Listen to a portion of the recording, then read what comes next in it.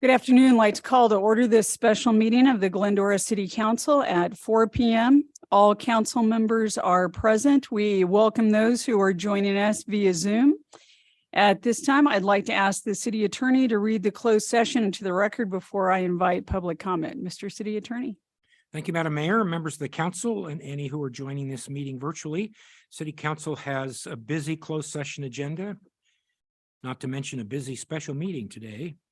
The first item on closed session will be labor negotiations pursuant to Government Code Section 54957.6, involving ongoing labor negotiations with AFSCME, the GMA, the Glendora Management Association, the Unrepresented Employee Executive Management Team, consisting of the city manager, assistant city manager, chief of police, library director, public works director, community development director, information technology director, administrative services director, community services director, and last but certainly not least, city clerk communications director.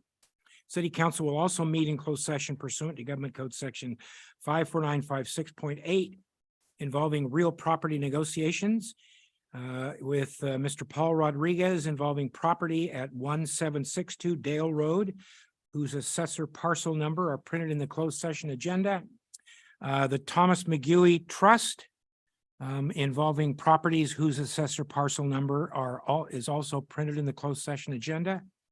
And the city will meet and confer in closed session regarding the disposition of certain real properties whose assessor parcel numbers are likewise printed in the closed session agenda. Thank you, Madam Mayor. Thank you, Mr. Winder. With that, I will open public comment. Do we have anyone on Zoom wishing to speak at this time on any items listed in the closed session? We have nobody on Zoom as well as no public emails, so we are Okay, with that, then I will close the public comment and convene us into closed session at 4:02 p.m.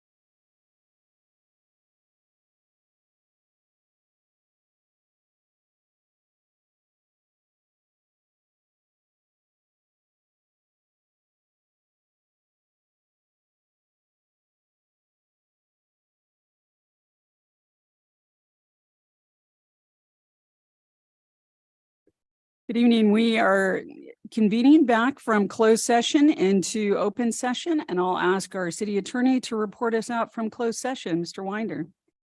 Thank you, Madam Mayor, members of the council, and ladies and gentlemen. City Council has concluded its closed session agenda items tonight. There is limited reportable action that I can provide to the public.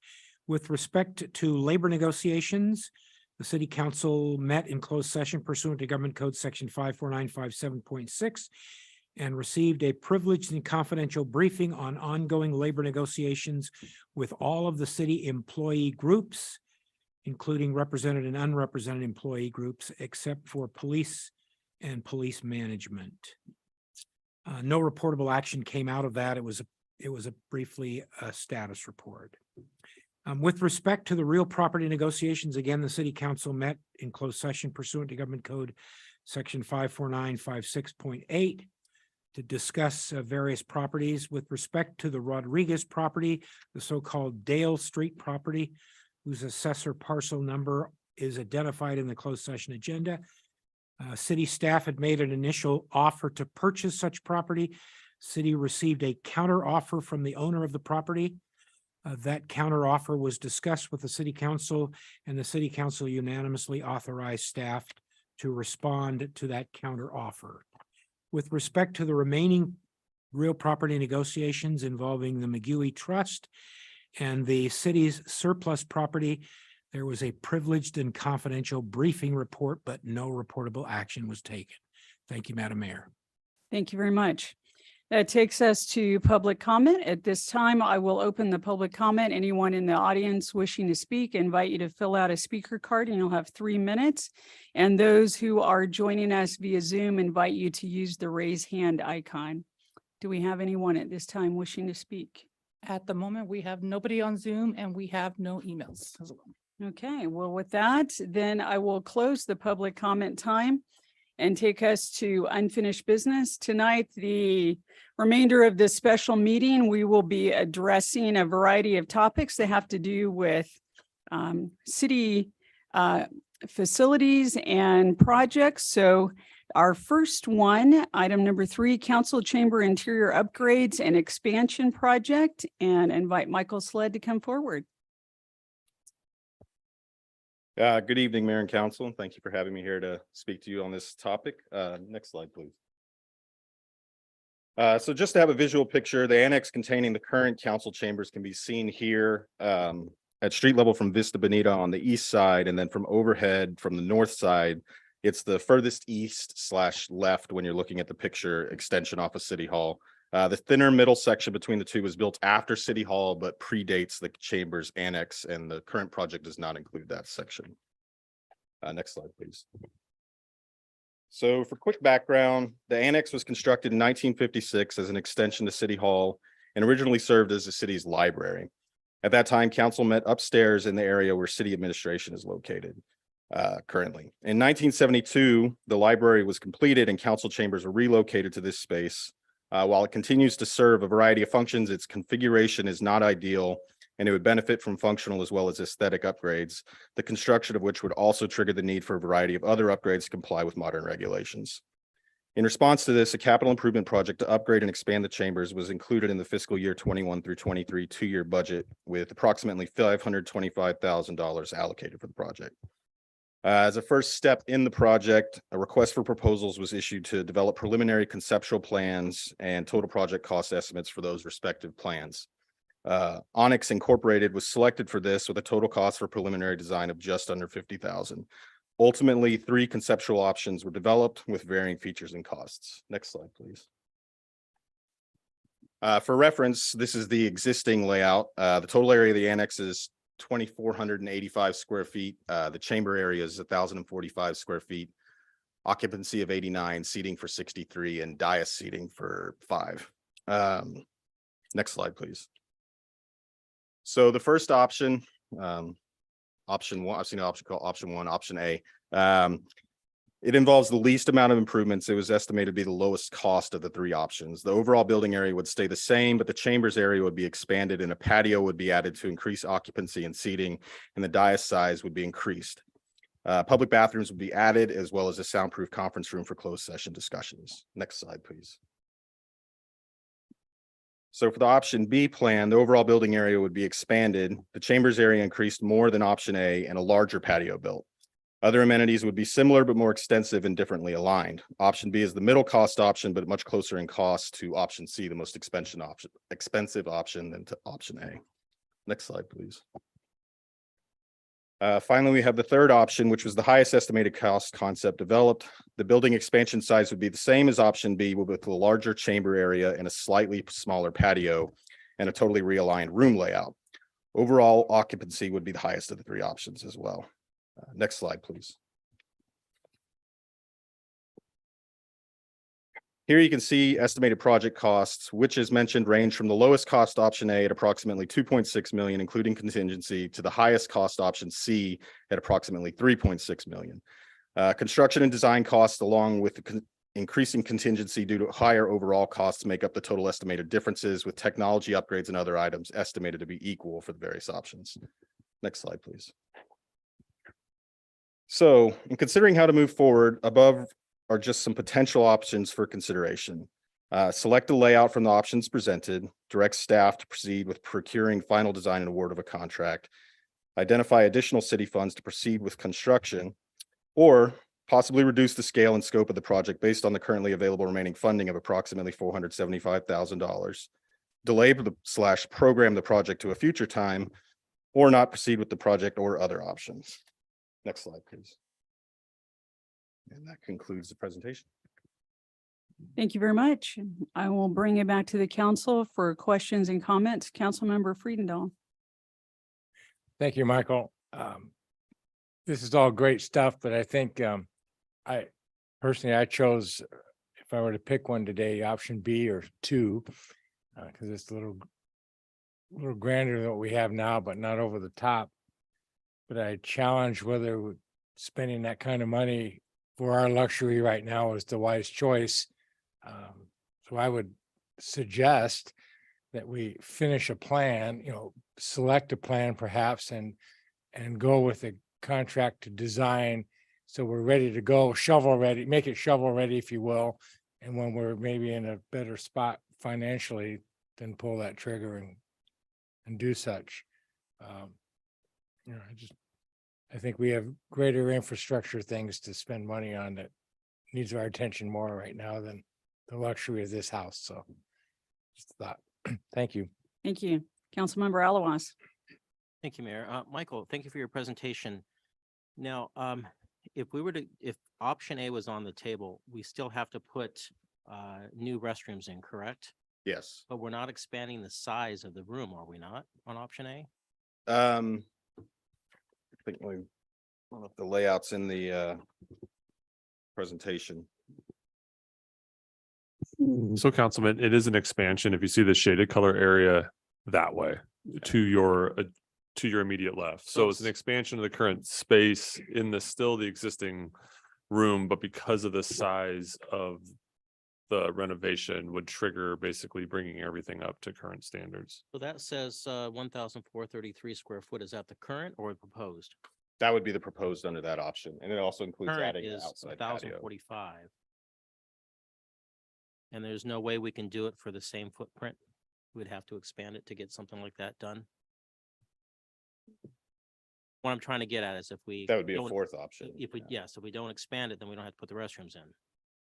Right. The issue is if the goal is really to provide additional, I think one of the things I most appreciated about this process with staff is when this first came up, we have a handful of meetings a year where we have to have overflow seating and then bringing people back and forth, and there's no adjacent place for people to stand outside. And so as we tried to find creative ways, moderate expansion or we knew in order to get the right fit in here and really have a dais that had the ability to sit a city council and a commission for joint meetings, that we'd have to expand the size of the room. We have ADA requirements and ramp requirements. So all of that's taken into consideration. So with older buildings, you have some of those inherent challenges. And when you really lay out what is more functional for everyone, it's going to trigger some additional items. We can't reconfigure this room and create more space. No, understood. And that was a reason to your point to expand this. So if we were to say hypothetically, we were to option 3, the most expensive, where would the money come from? General fund? I mean, I think that would be the task that we'd have to go back and take a look at it. I think so many times here we've heard of there were plans to do this and plans to do that, and we go back and look, but we can never find it. So it was really important for us to document the process that we took here. And yeah, we started with 700,000, just thinking we could push back this wall and create the space needed. And when Public Works, engaged, and as Michael went through, I think we had like 10 different views of this room and different configurations. And we asked all the same questions, like, why do we have to have 6 restrooms? And why do we have to do this? And in accordance with the California Building Code, we make everyone else do it. We have to hold ourselves to the same standard. So this drives me back down to kind of what my thought process was, is that we have audio visual system that has to go in regardless. If we were to put this in, is that configurable if we at a later date want to expand? So if the direction is to bump this to out for a future discussion, we would move forward with some of the audio video improvements. But those audio video improvements would also, unless it's like 5 years out, then the equipment's no longer good it's timed out. But let's say if something gets provided with direction for next year, then we would be able to use a lot of the equipment we already have. So my thought process would be, obviously wait for everyone else to weigh in on this, is to do the audio-visual security and the cabling for the telephone, which keeps us within our budget, and try to refresh the walls, you might say, to clean it up a little bit, and wait for another time where we can find the funds, because I don't want to take funds away from streets or other projects to do this. This would not be a choice for me. But since we already have some funds already assigned, that would be good, because then the folks at home can be watching this in a better audio-visual system than we currently have, and the security and things of that nature. I think some of the issues we ran into with the security component is that we need to actually get into the walls for some of those issues. So the wallpaper has to come off anyway then, huh? No. It's pretty dated. So, maybe the direction can be that we look at what can be done earlier and then come back with a report later. But I do know that some of the audio video equipment, and I'm pretty sure some of the security components needed some of the renovation to happen in order for us to get access. Okay. I'll wait for everyone else to weigh in. Thank you. Councilmember Thompson. Madam Mayor, thank you. And I would agree with Michael's thoughts. I would land on option 2. And I do think that, as David, I think said, create a working plan so that we have that like ready to go. I do agree with Michael's thought that, AV security needs to be done as soon as possible. And I think that a refresh of the paint, these drapes or curtains, whatever they're called, would be nice to have done, as would be the chairs. So I'm kind of in a mix of both of what they've said. Drapes are called ugly. But I would support 2, but not right now. But I think as everything is showing, everything's going to continue to go up, and I do think that we need to make a point to get this started within the next year, 18 months, because I do think that as Adam said, there's times that we could be better served if we could all meet here, and some enhancements need to be done, as I've already said. So that would be my thought. Thank you. And you guys are spoiled. This room has been spruced up twice since I've been here. You should have seen it way back when. So you're spoiled. These curtains are an improvement. So Mayor Pro Tem. Wow. Okay. Well, like have a tendency to do from time to time, I always want to look at an option 4. You know, the purpose of this is to expand seating. For me, going from option one to option two doesn't really expand the seating for us. And that keeps us at around, 90 people.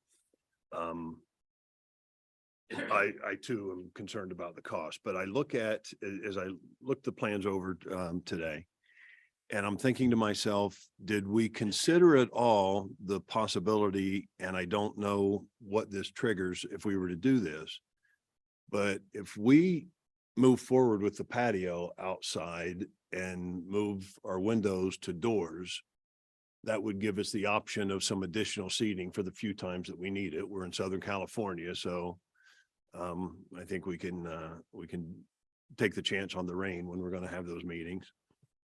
And then the second thing I would like to try to see us figure out a way to get a conference room down here rather than being upstairs for us to deal with. And I don't know if there's room next door without making major structural changes to be able to find space for a conference room and dislodge John and some of his team.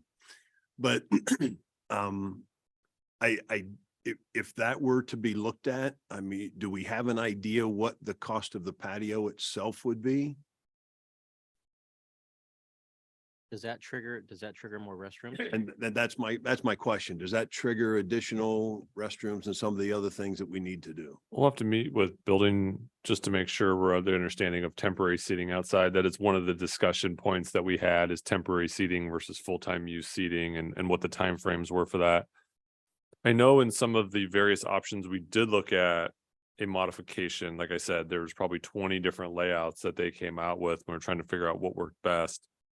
With just the standalone. I'm just looking at what's here right now on the screen before you. So essentially the lighter yellow, if I'm right, that's lighter yellow is the expansion out behind me, and the lighter blues this way. So really you can kind of get an idea of how many seats could be out on a patio if it was just those two doors right there, which is pretty, there is some additional seating there. But that is an option that we could come back with estimated costs at the next CIP round for sure. Well, what I look at right now, and I agree with everybody, this is a great project and it's needed. But is it the most important thing for us to be dealing with right now? So I would like to see if there was a way that we could figure out a way, because right now when we need the additional seating, we have had overflow seating at Bidwell Forum from time to time. Mhm.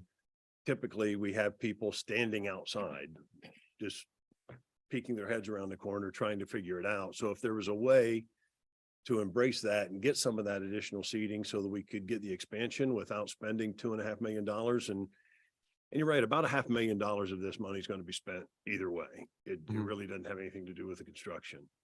So I'd like to see us take a look at that. I don't know what anybody else thinks. But Yeah. I can't spend $3.5 million right now. No, I agree that if we're going to spend money, it should be spent on things that are going to have a greater benefit on a regular basis. So are you ready to make a motion then?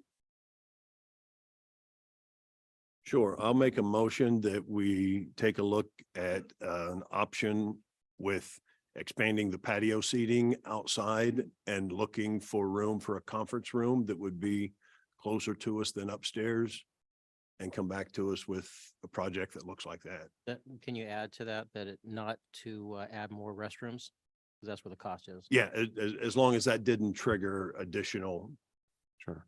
additional requirements we might Okay. have to do. And would the maker also add to spend the money for the AV and security as well? Well, Since that we're would gonna be, spend it anyway? yeah, that would be part of it. Okay. I'll second that. You want me to add changing the curtains for you? Just- You can just trash them.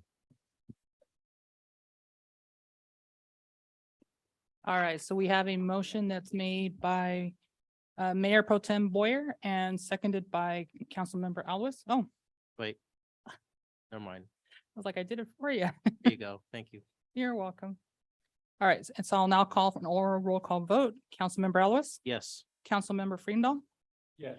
Councilmember Thompson, Yes. Mayor Pro Tem Boyer, Yes. Mayor Davis. Yes. Motion carries Thanks. 5-0. Thank you, Michael. Thank you. All right, that takes us to item 4. Award a 3-year contract to Tyler Technologies, Inc. for enterprise resource planning system and InterGov land management software in the amount of $2,519,649. And to report on that, Community Development Director Jeff Kugel and Assistant Finance Director Kyle Johnson. So I guess take it away, Kyle. I'll go ahead and start. So I guess picking up from, good evening, Madam Mayor, Mayor Pro Tem and City Council. From the last previous conversation. So this is probably something for Jeff and I that is important, and we use it we'll be using it every day. So somewhere we would like to spend the $2.5 million to, if it's a better use than the previous conversation. So we'll go over and discuss the current ERP and land management system, the selection process we went through, the contract negotiations, what we're going to do after tonight, pending council approval, and then staff's recommendation. So next slide, please. So both the land management system and our financial system are facing end of functional support within the next calendar year. So that means that they'll still function, or they'll still work, but we won't be getting the technical support from the developer. As it sits now, our programs have been purchased and sold and acquired by multiple developers over the past couple of years. I think it's gone from Penimation to SunGuard to Superion to Central Square is the most recent one. And every time they've merged or been acquired by somebody else, the customer service has gotten a little bit poorer, and there seems to be go-to people to go to, but then everybody else just feels like they're reading the manual that I can read myself. Next slide, please.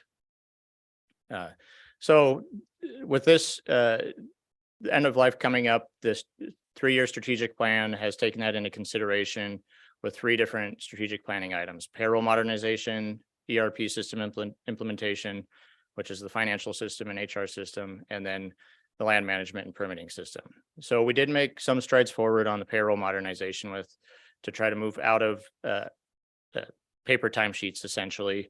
But that system was more advanced than our ERP system, so they didn't talk well together. So we ended up taking the step back to go to paper timesheets. And so that's where we're at this point. And then within the last 2 budget cycles, we've also included budget for the replacement of these systems. Next slide, please.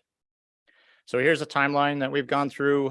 The dates, I guess, on the front side are land management system timeline, and then the dates on the end are the ERP timeline. So in April, we awarded a contract to Client First to assist us with the selection process and putting the RFP together and contract negotiation for land management, and then did the same in July of 2021. We then released RFPs in December and May, and then those closed, and we've done multiple demos. With the land management system, we got 5 bids back. With the ERP, we got 1. One of the bids for the land management system was Tyler, but they went with the land management system. We went through demos and evaluating those systems prior to the RFP even closing for the ERP system. So it really was independent. We didn't just fall into, I guess we just kind of worked our way into Tyler, it being the top one on the land management side and then only receiving 1 on the ERP side. So then we just recently wrapped up contract negotiation, and that's why we're here tonight. So next slide, please. So as mentioned prior, several departments participated in land management system. There were 5 systems. I think there were 2 that were the front runners, Tyler and Acela. Tyler ultimately ended up being the one that met the city's needs the best. It provides a modern web-based system. It's on the cloud, same with the ERP, and will integrate with the city's GIS records, which will really bring the city forward on a technology standpoint. Next slide, please. So for the ERP, we started with just looking at the financial systems, but then when we really got down into it, so what else can Tyler do for the city? So we went and we demoed all their products, because the city is lacking in multiple technological areas. So we looked at asset management, reporting, transparency, recreation. So that would be like the ActiveNet product that community services currently uses. We even looked at police CAD and records management systems. Although they were pretty adamant, they liked what they had and they didn't want to switch, and we didn't switch. We, as well as agenda and content management. So it's the nice thing about doing all one system is it's all integrated. It should talk to each other. If there are updates with it being cloud-based, we won't necessarily have to worry about any breaking or having to reach out to another developer for them to work together, which has also been a struggle in some of the recent updates with systems. And then like InfoSend, trying to get them to work with our billing system in-house. Next slide, please. So I guess with only one provider, obviously it reduces the need for integrations between multiple solutions and departments. It's cloud-based, so it reduces the need for on-site hardware and storage. So that reduces our maintenance and repair costs. Tyler is updated on a regular basis and will reduce downtime for major scheduled upgrades. One of the items that we have to regularly go through, which our payroll supervisor will be gearing up for, is the updates in the federal tax brackets. So our system's not on the right version yet to accept that upload from the developer. We have to manually put it in ourselves every year. And it eliminates the risk of losing interface and integrations with other programs. Next slide, please. So for contract negotiations, we came to a 3-year agreement of $2.5 million. And that with that includes a 30% discount that we negotiated with Tyler across both the land management system and the ERP or enterprise resource planning system of $150,000. We applied, which is applied to the ongoing maintenance costs. We have staggered payments by implementation phase, which means we'll be paying for items on a quarterly basis. So when we get to the place where we're going to implement that product, that's when we'll start paying for it. And then we have 3 additional 1-year terms on the contract that won't increase more than 3% at each extension term. Next slide, please. So we've budgeted right now $2.2 million, the majority of it in the capital projects fund. And that will be enough to cover the implementation cost, which is about $1.4 million. The ongoing maintenance cost will be about $350,000, I think, but currently between Trackit and the Finance Plus and Community Plus items, it's about $100,000, but we're getting much more than what we have now with Tyler than what we're paying for with Finance Plus and Community Plus. And the ongoing cost will be in an internal service fund that gets allocated out citywide in the future years. Next slide, please. So our next steps, we'll meet with Tyler Technologies in January to finalize the project timelines. And we'll start implementing across 3 years. It could take up to 3 years across the 2 systems, but that's typical when it's some of the most important systems that's used by the city. So we'll start with the chart of accounts so we can record everything, make sure it's all in its right place. And then I know Jeff is getting ready to go on his stuff too. He's been patient waiting for the finance side to catch up to his land management side. And I guess we sort of got to hold him back because having the chart of accounts is really important to know where everything's going. I can't implement a system without knowing where we're going to record everything. And I guess before I get to our recommendation, I don't know if there's anything that Jeff would like to add. No, I think Kyle covered it pretty well. We so we actually, the 2 departments with finance and community development, and actually including the police department as well as public works, started out on 2 independent tracks. I don't think we anticipated that we would both end up selecting the same firm. However, as Kyle was saying, that there's a lot of benefits to having a entirely integrated system between the land management system as well as the finance system. So looking forward to implementing it, and I'm happy to answer any questions that you might have. Yeah. Next slide is just the award the contract for $2.5 million with a 20% contingency, and authorize the city manager or his designee to execute their agreements or any other non-substantive changes. So we're available for any questions. Thank you. All right, thank you. Mr. Thompson. Thank you, guys. I support this. You guys have done an excellent job of understanding it. Just a couple of things. The install date is going to be when? So it'll be probably multiple install dates. So we will meet with Tyler in January. We will look probably to have it maybe an initial go live with the chart of accounts. Maybe with the goal would be probably a July 1 to start the new fiscal year clean, but that wouldn't be everything. Yeah, it's going to take a while to get everything, all the components up and running. Obviously, one of the most important ones, the one we want to make sure we get right, is payroll, and that always takes a little bit longer than some of the other modules. We may have some of the ones that we don't use as robustly, like accounts receivable, up and ready to go sooner than payroll, which is more complex.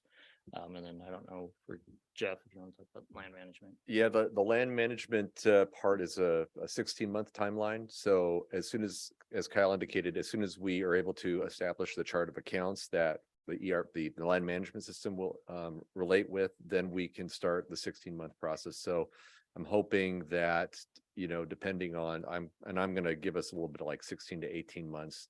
So hopefully by mid to late 24, we'll be going live with the land management system. Okay. And are there, who is using it that is locally There are that we would know? quite a or- few. I know Diamond Bars uses it. City of Pasadena is, I think they have both. But I'm not sure. I know they have the ERP, the financial side.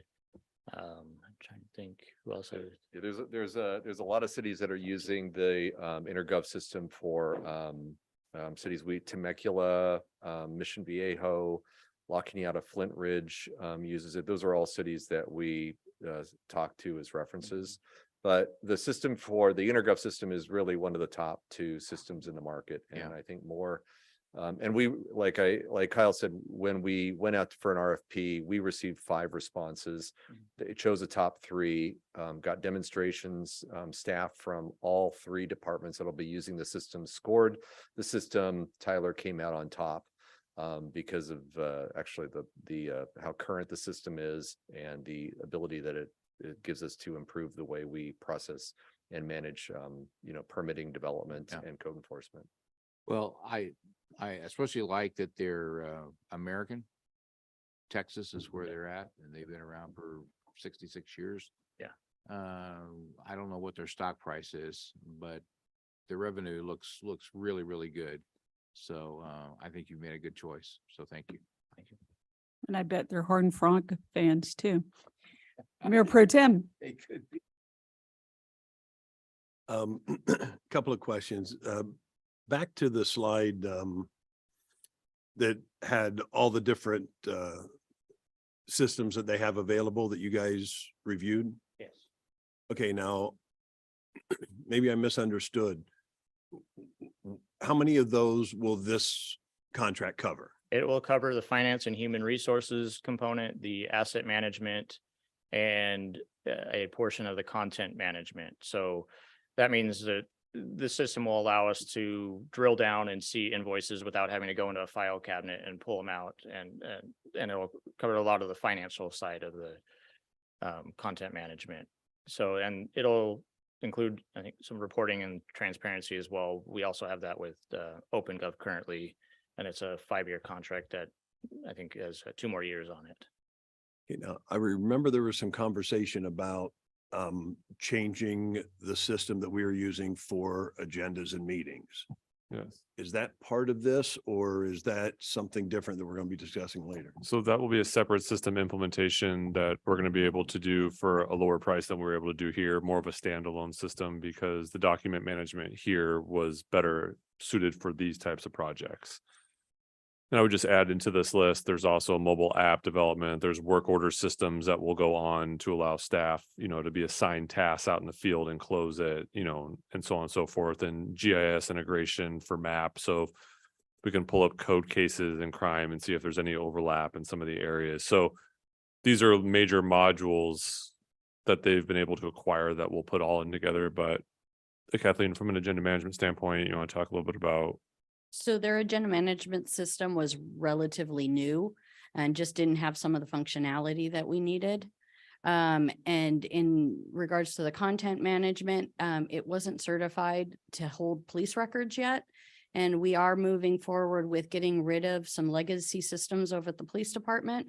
So we will be keeping OnBase at this time, which is a system that is certified to hold and secure those records. In the future, as their agenda and content management system grows, that might be a discussion we have, but at this point, it didn't have all the components we needed it to have. Appreciate it.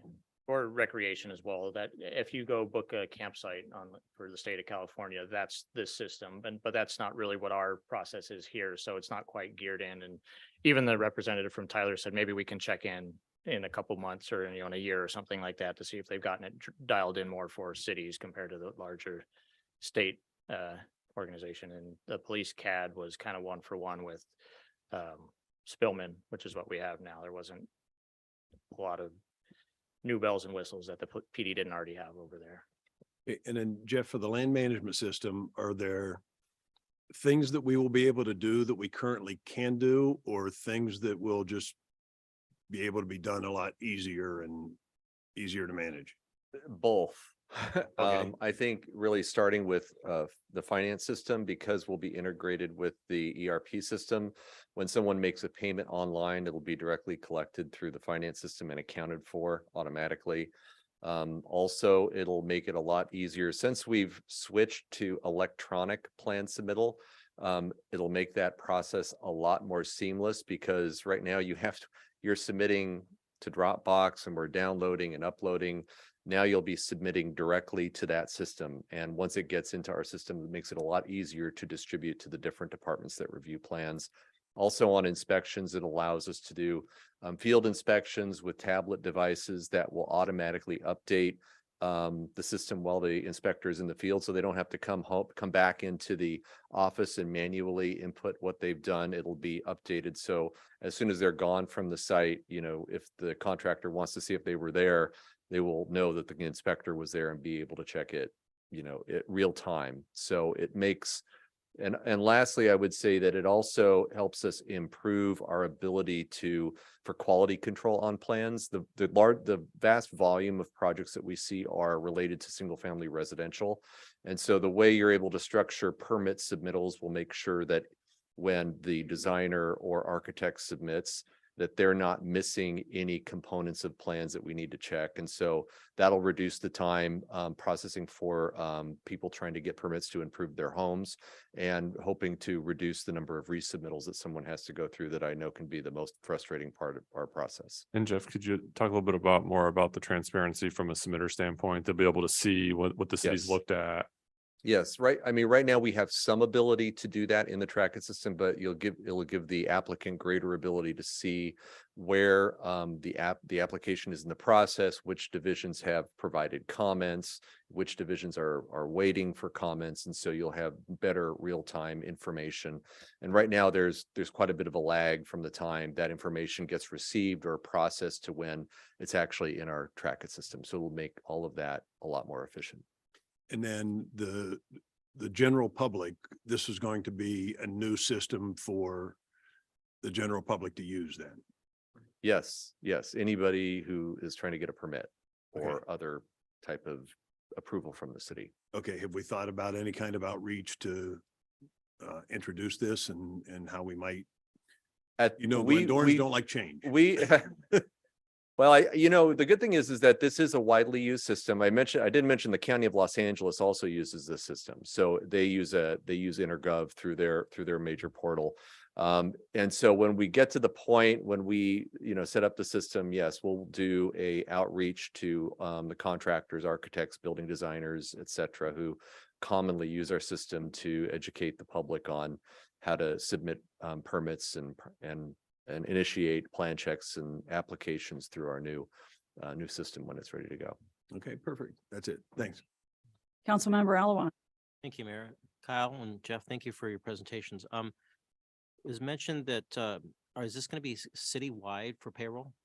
Yes, Including- yeah, including well, PD?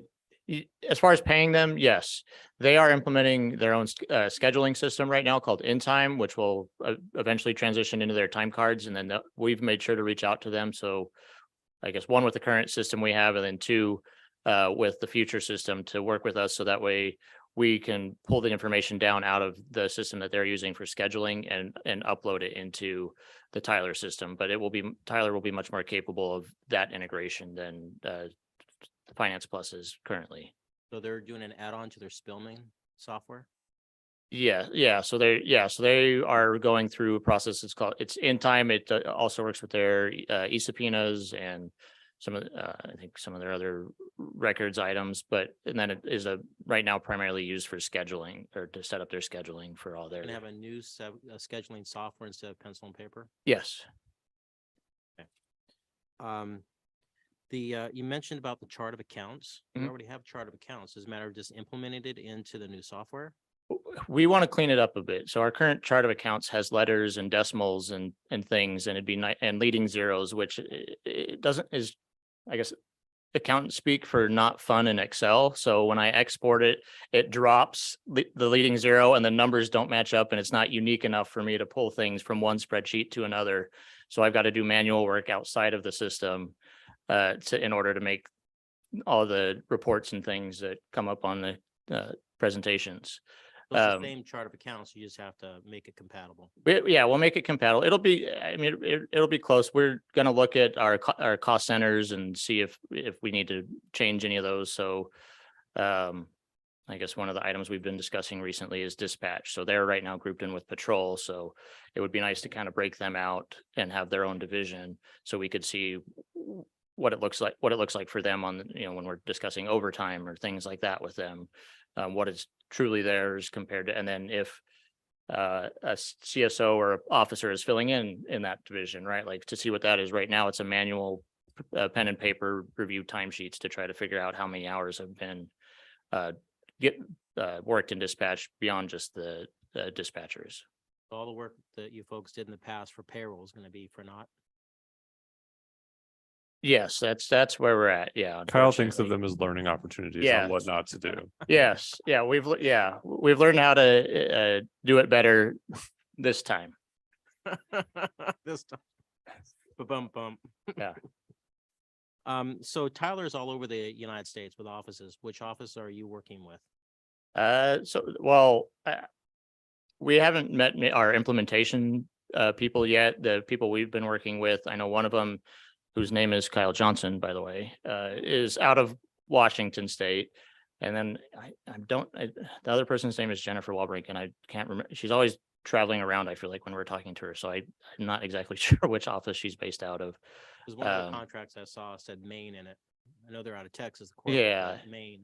I didn't know. It could also be an incorporation there for tax purposes on their end. There's a lot Yeah. of companies for, correct. Yeah. What I asked for is if you need immediate help, for someone to fly out, how quickly they're going to get out here.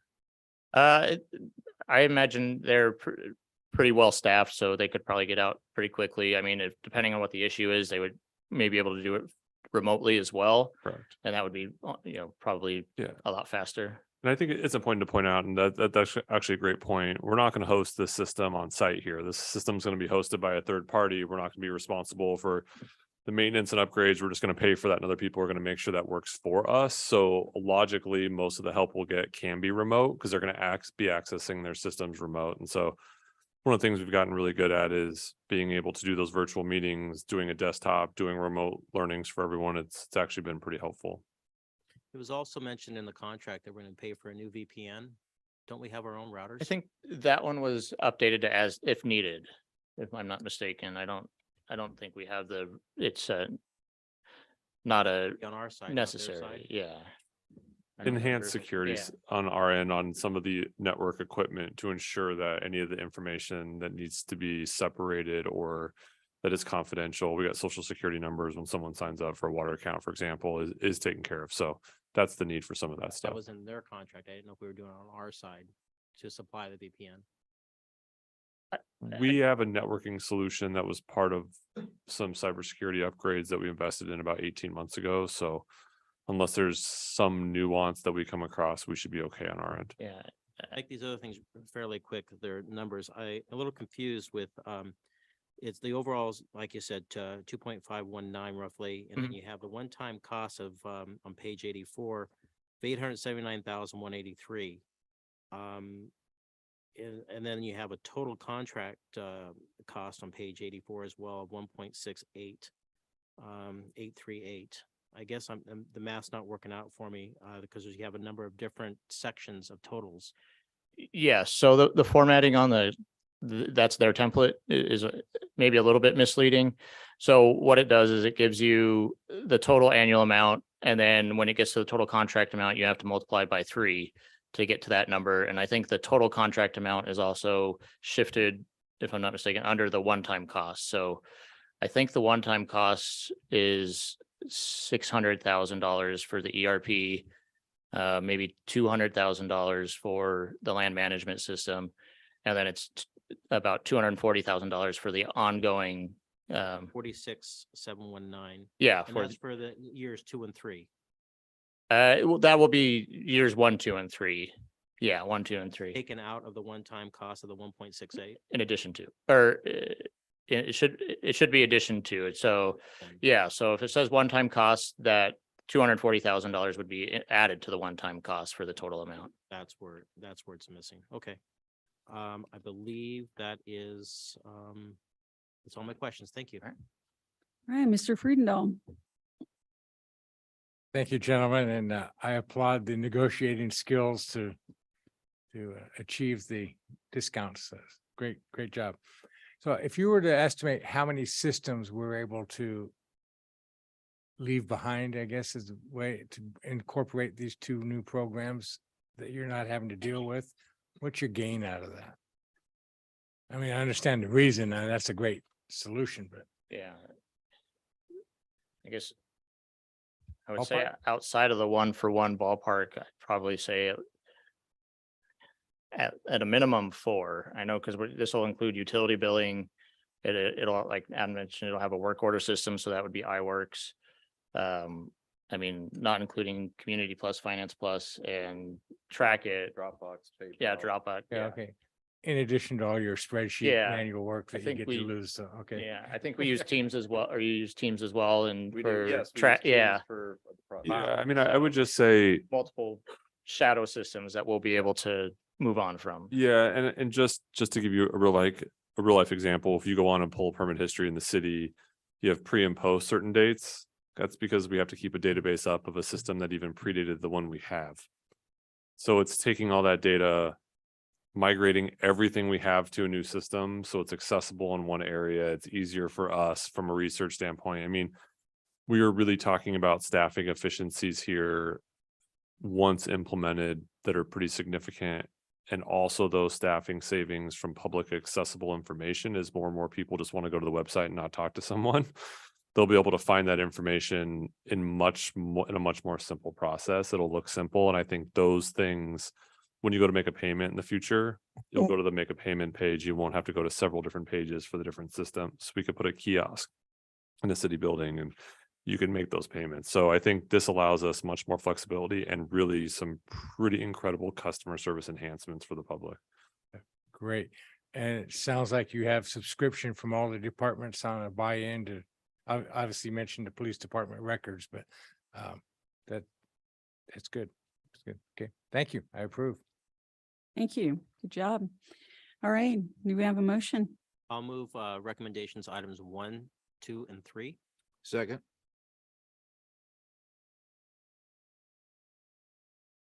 You're too quick there. We have a motion by Councilmember Alves, seconded by Councilmember Thompson to 1, award a 3-year contract in the amount not to exceed $2,519,649 to Tyler Technologies Incorporated. 2, approve a 20% contingency for the implementation services in the amount of $235,012. And 3, authorize the city manager or his designee to execute the agreement and other related documents, including minimal and or non-substantive changes. So I will now call and, oh, you guys already did call an oral roll call vote. Councilmember Ellis, Yes. Councilmember Friedendahl, Yes. Councilmember Thompson, Yes. Mayor Pro Tem Boyer, Yes. Mayor Davis. Yes. Motion carries 5-0. Item number 5, award a design build services agreement to Ono Construction Company for the design and construction of the Louis Pompey Memorial Sports Park Artificial Turf Conversion Project over a 1-year period in the total amount of $5,100,000. And to present, welcome Danielle Smith. Thank you. Good evening, Mayor Davis and City Council members. Tonight I'll be presenting on the Louis Pompey Memorial Sports Park Artificial Turf Conversion Project. So as you're all aware, the state of California is in a severe drought and water levels in the state reservoirs are at historic lows. The State Department of Water Resources and the United States Bureau of Reclamation have declared water supply shortages and water allocations to the region from the state water project and Colorado River system have been drastically reduced.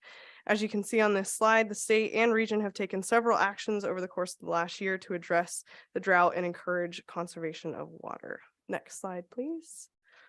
In an act to conserve water locally, the City Council implemented a Stage 3 water contingency plan on May 24th. The overall goal was to reduce water consumption by 20% and limit outdoor irrigation to 3 days a week.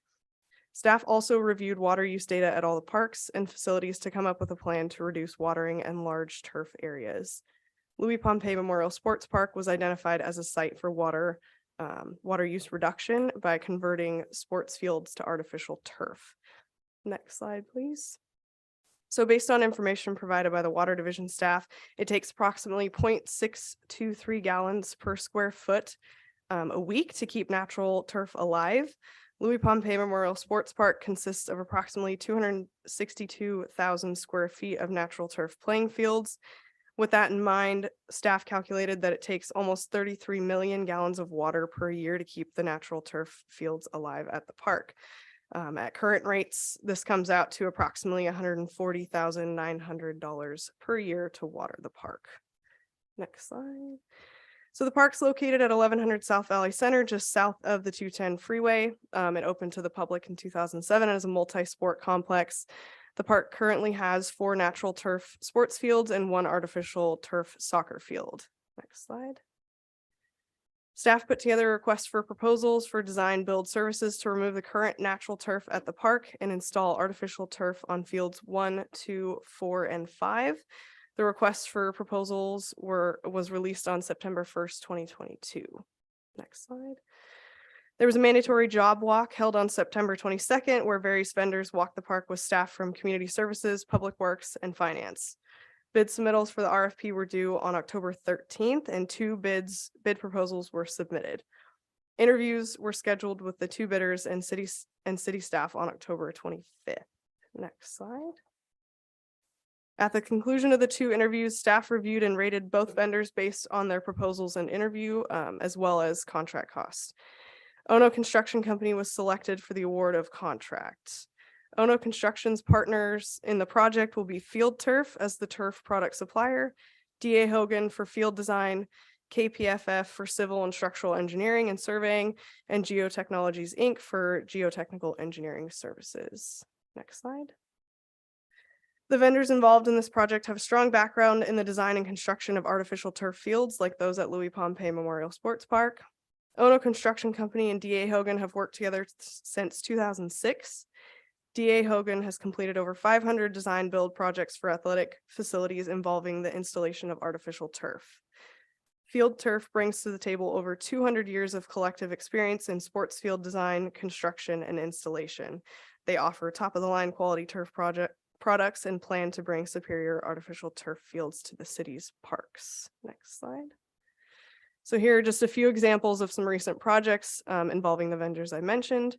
As you can see, they have experience in a variety of multi-sports complex field design builds. Next slide.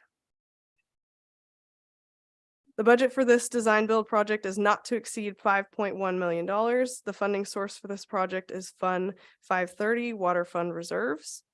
There are sufficient funds in the budget to cover the design and construction of this project. Next slide. So the City of Glendora is the lead agency responsible for preparing the environmental documentation in accordance with CEQA. The notice of exemption has been prepared and attached to this agenda for approval. Since the project will involve the replacement of existing natural turf with artificial turf and will have the same purpose and capacity, it's considered exempt. Next slide. So the recommendations associated with this report are as follows: that the city council approve a design build services agreement with Ono Construction Company in the amount not to exceed $5.1 million for the design and construction of artificial turf on fields 1, 2, 4, and 5 at Louis Pompey Memorial Sports Park. Authorize the city manager or his designee to execute the agreement with Ono Construction Company, including minimal and or substantive changes. Authorize the administrative services director to appropriate an additional $100,000 using Fund 530 Water Fund reserves towards the project budget, and adopt a CEQA notice of exemption. This concludes my report. Thank you very much. Councilmember Alawas. Thank you, Mayor. Thank you for your presentation. Just two quick questions. What's the life expectancy of this? Well, we have Richard Brangman here, who's the contract representative, if you're able to answer some of these questions. Based on how much use, but they're warranted for 8 years. 8 years? And the warranty is a non-prorated warranty, so they'll replace it if there's any flaws. But, you know, we've seen fields that are, 15 years old and they're still playing on. Your Hellas field down there now is an older generation and the top fibers are starting to get wore off. And that's why you're tending to see more rubber. But as the new products have came out, they've all gotten better and better and better. So we really don't know how long the life is on some of them, but it is related to how much play you have on it. Does the turf ever get cleaned? Yes. How often? No, currently the turf for this, I know currently the turf for the soccer field, I want to say, is at least once a year. So they rake it up or clean it up, and I think they call it shampooing it or cleaning it and then lay it back out if I'm There's if maintenance that's and there's cleaning. The maintenance is based on how much trees fall, how much leaves fall on it, how much garbage is on it, and you bring a sweep around it. That might be weekly, monthly, whatever, so that the fibers, if you have trees and leaves and whatnot, don't break down and get into the fibers and impede the drainage. And it's important for the life of that product that you don't get that vertical drainage to stop. So that's one. And then Field Turf offers a deep cleaning where they bring in the special machine and they lift it up and bring it in. And that's annually or twice a year. So Again, is there any maintenance or cleaning baked into this proposal? No, it's not into this proposal, but we did ask, I believe, to include a plan for maintenance, like a maintenance plan for us to look at. I have a question for John. Does our players, people who play on there, is there any extra injury or less injury on turf? We on our soccer field, we've had very few injuries. So not playing football on it, or I know our junior All-American goes everywhere and plays and has not, we have broken arms on the grass fields and stuff. So I know with, the high school playing mainly on turf, the injuries are the same as which would be on grass, I would think. Players have a preference? Oh, I would have to say that they would like synthetic because it's level and it's a constant play, where ours right now becomes dirt and it's hard to keep grass of the amount of play we get. Go for holes and the like. Yeah, just. So to answer your safety question, on any field turf, or on any turf, there's what's called a GMAX test. And they drop a ball and it's given a certain distance. And that has to maintain that level of cushion. If it doesn't, that's a warranty and the turf has to be replaced or corrected or whatever. And that protects the players from concussions and one thing or another. Also, because it's put down on basically a road base, it's completely level, which eliminates a lot of trip hazards. Thank you. Councilmember Thompson. Well, I do support this, but John, I'm a fellow that coached his daughter there at the pit. soccer, and it saddens me that there's not gonna be any grass there. I mean, There's, I know, it's, you know, and as Gary said, we don't like change, but the pit was a special place and, and Richard and I were talking about that. There's nothing better than natural grass. yeah. But as Karen knows, who plays in co-ed soccer or women's soccer down there, we couldn't keep it. The Right, grass, it just right. becomes dirt by the, for like third or fourth game, or the goalie box. And we get clumps and it was always, it was too dry or too wet. And we couldn't, keep the grass, and this Yeah. will allow us, play, 365 days a year. Yeah.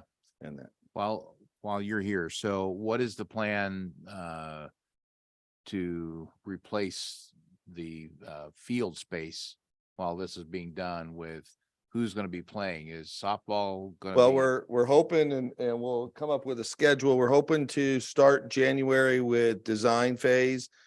We've talked to Lassie League, to hope to have shovels in the ground starting in May. Okay. And then we have 4 to 6 months of downtime. Is that correct?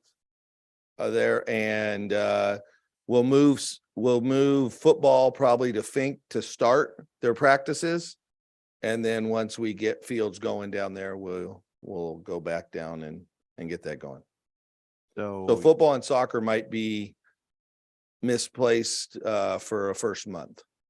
okay, and then will the schools use this for any football? Will high Yeah, we schools can, come down and we use it? can, 3 to 5, we're open. If the freshmen and JV teams want to play down there. Yeah. We have no problem really Okay. to allow that. Good. And soccer and, the high school soccer and that. Great. Well, I think it's good, supportive. Thanks. When he called you up, I thought he was going to call you up for having UCLA. Yeah, that's what I thought he was calling you for. All right, Mayor Pro Tem, Got no question. I support this. Thank you.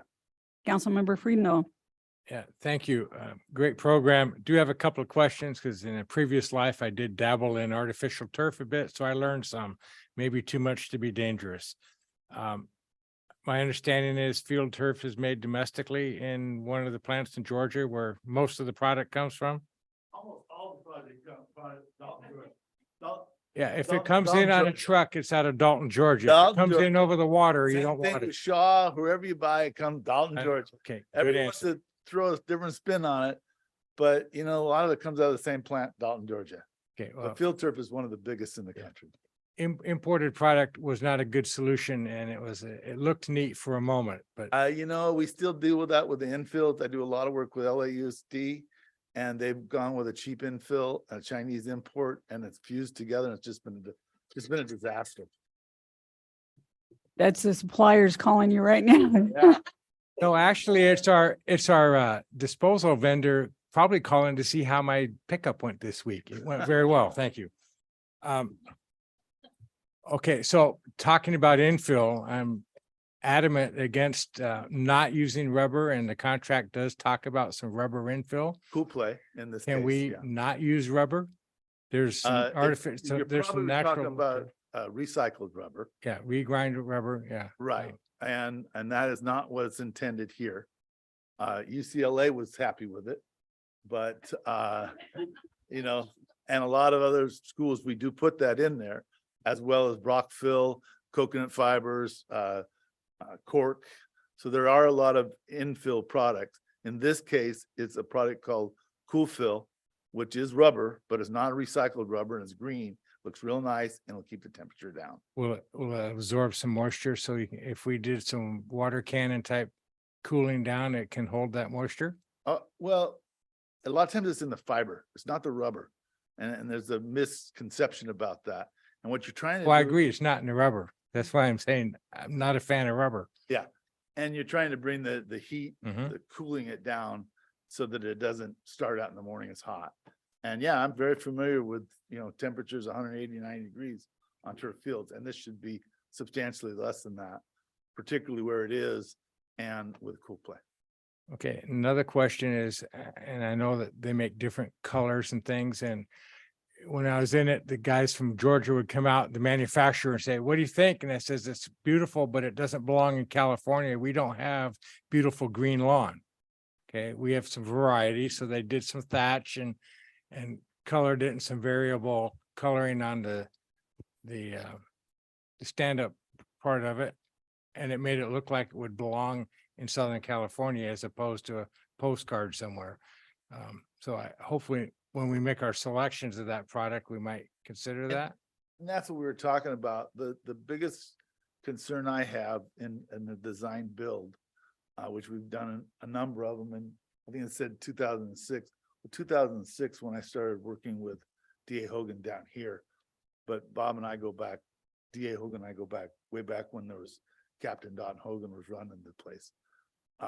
But the problem we're going to see is getting the design, getting it turned around, and getting boots on the ground as early as we possibly can. I think our schedule shows being done October 30th or 15th or something like that. I can control the products. I do a lot of work with Field Turf. When we did UCLA recently, and there was no products available, I made them commit that high schools or other people were going to go without product, but the school is going to get that in, and they did. They lived up to their word. But we got to be able to start this job as quickly as we can, so the kids can, get some football season or get back on that field. And that's not just permits. It's not just, you decide what type of infill. It's everybody's got to work together. We got to get turned around in a couple months so that we can get started. How is the striping done? Is that woven into it as a permanent piece, or is it painted, or? Some of it's sewn in, some of it's inlaid. It just depends. Some of it's made at the factory and it comes on the rolls. Yeah. And that's standard. And some of it hash marks and whatnot are sheared and then glued in. Okay. The power broom method that you were talking about for tune up and getting the blades to stand up, there actually is a front and a back to the lawn. Yep. And how you look at it. So you He knows a little bit more about it. Turf than- Yes, sir. So, that tune-up's important, and the infill is a maintenance item. Otherwise you get holes and spotty things. So it's kind of a challenge. So, okay, well, let's keep this natural as possible on the infill, and sounds good. Thank you. All right, with that, I will entertain a motion. I'll move we accept recommendations 1 through 4. Second.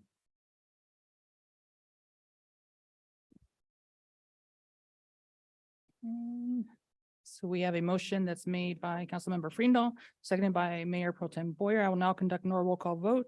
Councilmember Ellis, Yes. Councilmember Freendall, Yes. Councilmember Thompson, Yes. Mayor Pro Tem Boyer, Yes. and Mayor Davis. Yes. Motion carries 5-0. Okay, thank you. Our next item, South Hills Wilderness Area Bike Park and Trails Design Project. Welcome again. Thank you.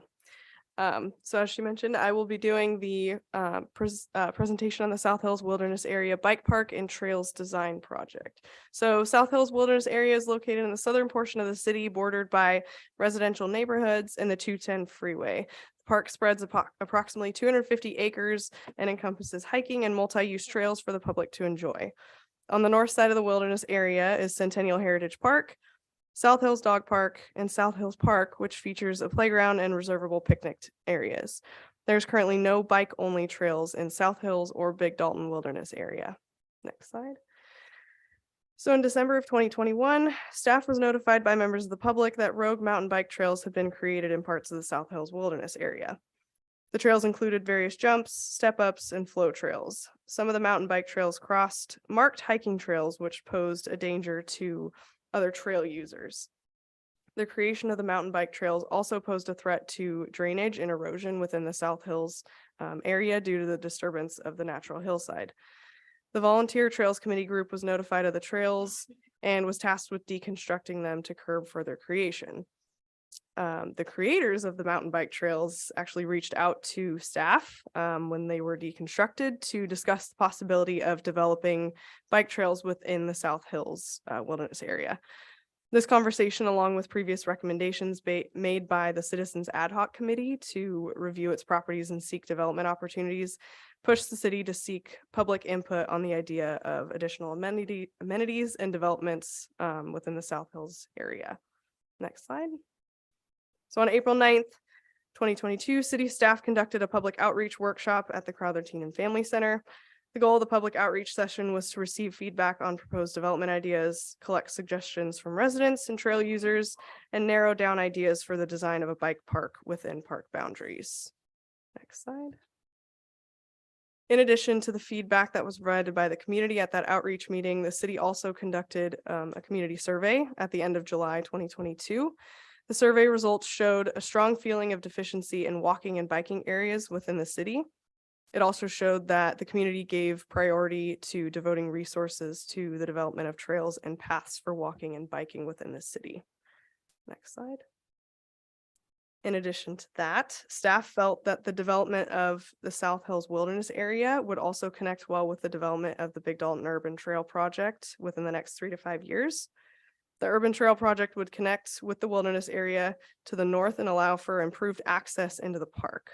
The Urban Trail would connect surrounding communities and allow for park access through walking and biking trails near Arrow Highway and Gladstone. So with this information in mind, staff scouted the wilderness area and decided on a location in the northwest corner of the park to develop a bike park and connecting bike trails. Based on the community feedback, staff anticipates the development of beginner and intermediate pump tracks. A pump track is a circuit of rollers, bank turns, and features designed to be ridden by bike riders by pumping or generating momentum by up and down body movements and minimal pedaling. Additional features such as flow trails or connective trails would be included in the design to connect with the greater South Hills area. Next slide. So city staff researched for local bike park and bike trail development companies and connected with Avid Trails LLC out of Park City, Utah. The company has completed similar bike park and bike trail development projects in over 15 states and features a staff who are avid mountain bike riders and outdoor enthusiasts themselves. Staff met with a member of their team on site and discussed design ideas for the bike park. Avid Trails submitted a cost proposal for design totaling $26,000. The cost includes data collection on current trails, right-of-ways, and utility easements, topography and LiDAR data, and any other environmental constraints that might impact the project. The design quote also included a field study conducted by the vendor, which would include the trails team meeting with stakeholders, auditing the current trail conditions, and reviewing current wayfinding signage within the park. The Avid Trails team would then take the data from the field study along with staff input and create a design for the bike park and trails. The design would include, like I mentioned, 2 pump tracks, connecting bike trails, bike work stands, bike racks, viewing areas, shaded seating, parking options, and vehicle management within that area. The design quote also includes the presentation of conceptual plans to the city and stakeholders, as well as the development of a project budget and the implementation timeline and phasing plan. Next slide. At this time, the funding for the construction of the bike park and bike trails has not been secured. Additionally, the current zoning for the parcel that staff suggested for the bike park is zoned as planned redevelopment, specific to the senior living facility that was constructed just north of the site.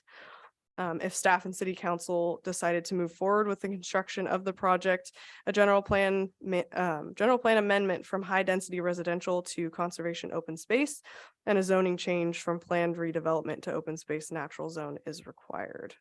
Next slide. So staff's currently working through the contract review process with the vendor to move forward with the design phase of this project. This contract does not require city council approval due to the budget amount, and therefore the recommendation in this report is to receive and provide direction if necessary. Thank you. Thanks. All right, Mayor Pro Tem. Let's get it done. All right, I love this. Councilmember Friedendahl. Thank you, Danielle. And I too support this and a great use of the program and offering new things to the community. So please proceed. Councilmember Thompson. I would ditto that. Thank you. And let's keep the streak going. Councilmember Elois. I'm in support, but I got a couple questions. Sure. Okay, and I underline couple. His time is running. Go ahead. Are we going to address security Restrooms, I gotta keep to two. Any security or restrooms in the area? So in this specific design for the bike park and bike trails, no. However, it was included in the initial public meeting where we did receive feedback from the public on restrooms, improving security and lighting throughout the park. So that was, the feedback was received by the city. And For that's those something we'll be improvements. looking at. When funding is available, yes. For that, yeah. But this specific project was for the design of only the bike park and the bike trails. I was under the impression this is zoned open space now. This specific area where I don't know So if the parts of maps it on are, there. parts of it aren't. Correct. That's correct. Most of it is open space natural. This little parcel where we Is not. decided to pick is not. How long does it take us to rezone it? That's 3 questions, by the way. Thank you. I'm not good at counting. So the general plan amendment and rezoning requires going to the planning commission and city council, and those can be done in public hearings in consecutive months. It's a minor change to the general plan and zoning map. 3 to 6 months. Yeah, it would not even that long. I wouldn't anticipate any in-depth analysis required for this type of change. All right, thank you. I'm done. I'm in support. I All got there. right, very good. Do we need a motion to say I'll move the that item. proceed? I was just, I think we have all the feedback we need to move forward, and just wanted to say thank you. These are your last 2 presentations before us. I know Danielle's moving on to a pretty incredible job opportunity with the County of San Bernardino, and we're going to miss her. And so she's I done last an one. amazing job for us, and I know John's going to miss her more than anyone else. So it's hard to lose staff like you, and we appreciate all of you done. So make sure you come back and visit us and make sure the projects are done on time, please. I'd like to make a motion that Danielle Smith not leave the city of Glendora. Can I get a second for the Second. motion? Yes, well, Best Remember I wishes asked you to if you knew you. where Thank you. Needles was? Uh-huh. Ah. all right, Thank you. thank you. Looking for a second. We're going to just receive and file? Just receive and Yes. file?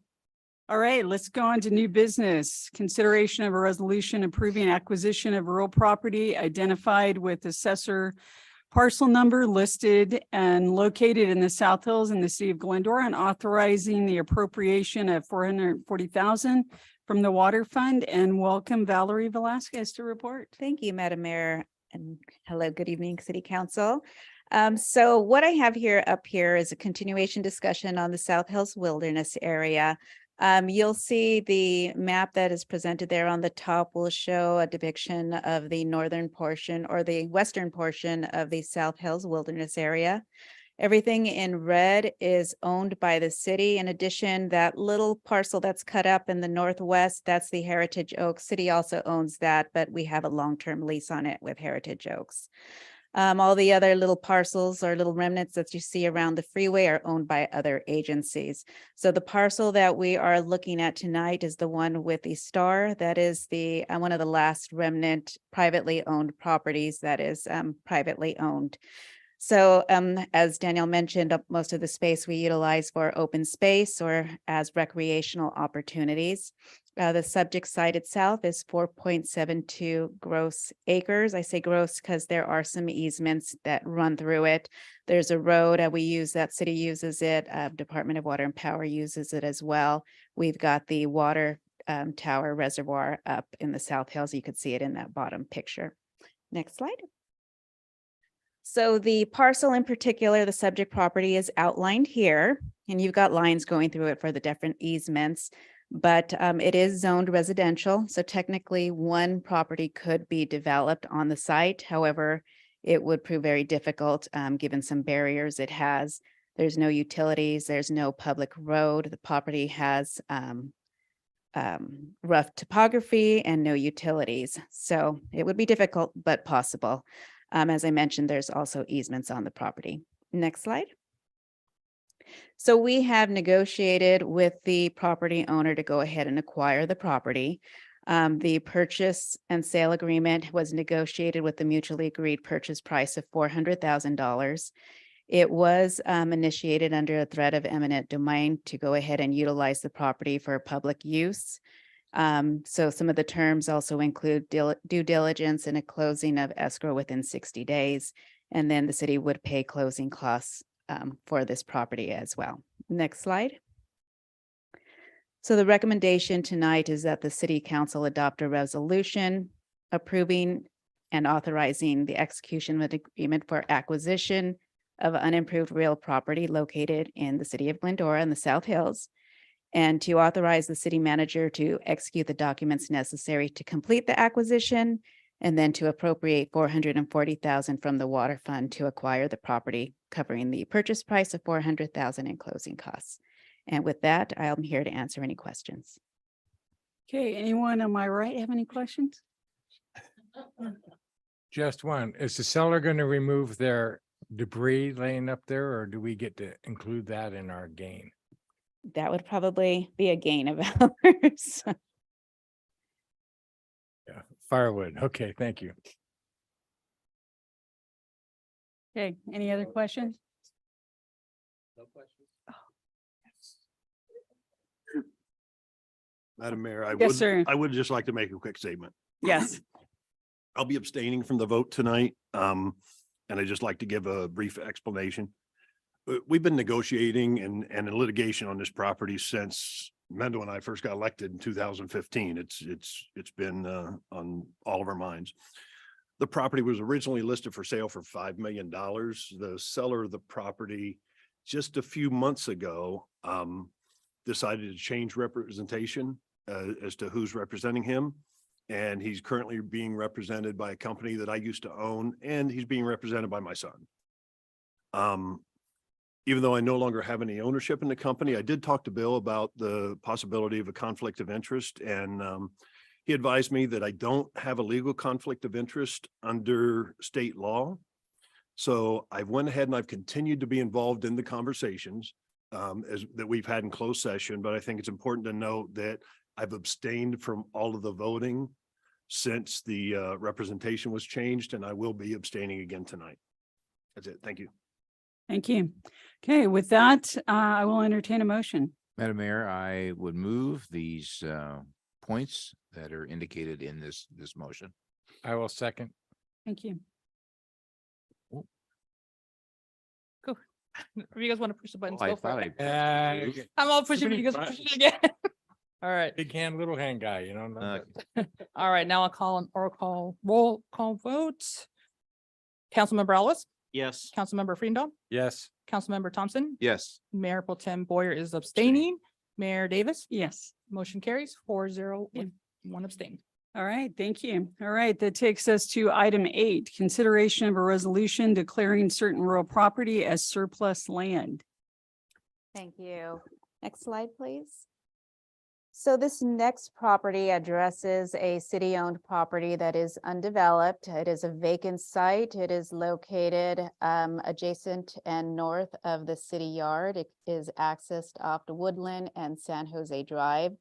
The property is about 6 acres, 5 that are usable. You'll see in that picture, the red markings is the property we're talking about, and the blue markings underneath is the water yard, but you'll see that the wash goes through it.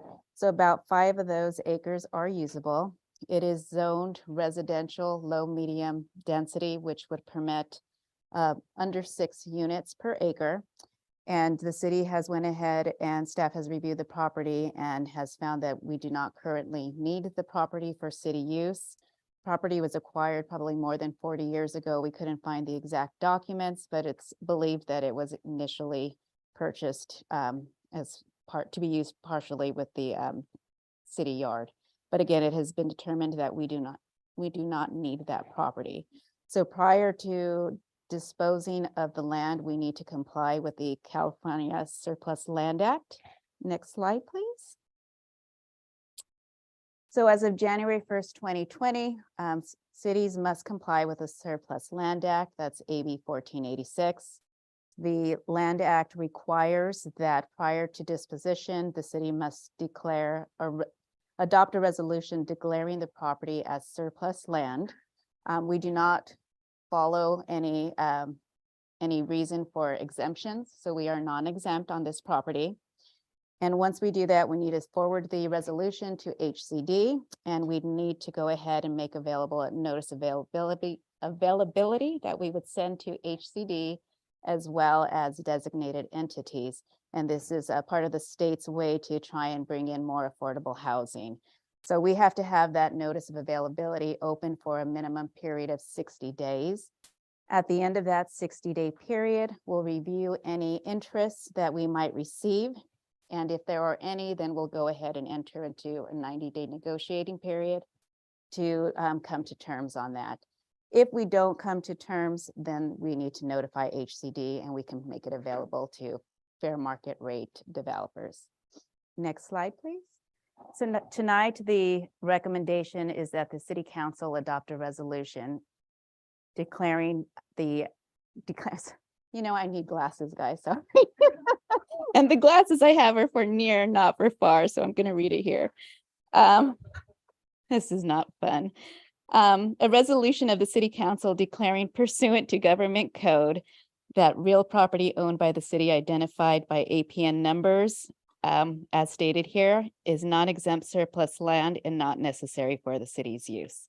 And with that, I'll return it to council for any questions. Thank you. Councilmember Thompson.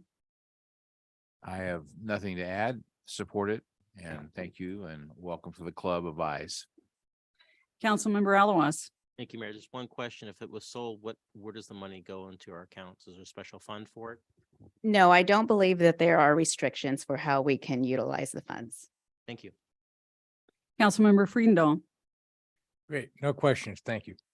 Mayor Pro Tem. Just to be 100% clear, acknowledging this property is excess property, doesn't mean that anything's going to happen. We're still going to have control and we could pull this back at some point if we wanted to, but That is correct. We don't need to move forward with the sale if something were to change and we no longer. step one. This is step if we one, what choose. we'd have to do to Okay. move forward with disposition. Thank you. That's it. Okay, thank you, Valerie. All right, well, I will entertain a motion. I will so move. Second. Stand by. Yeah, I'd love to. There we go. Thank you. There we go.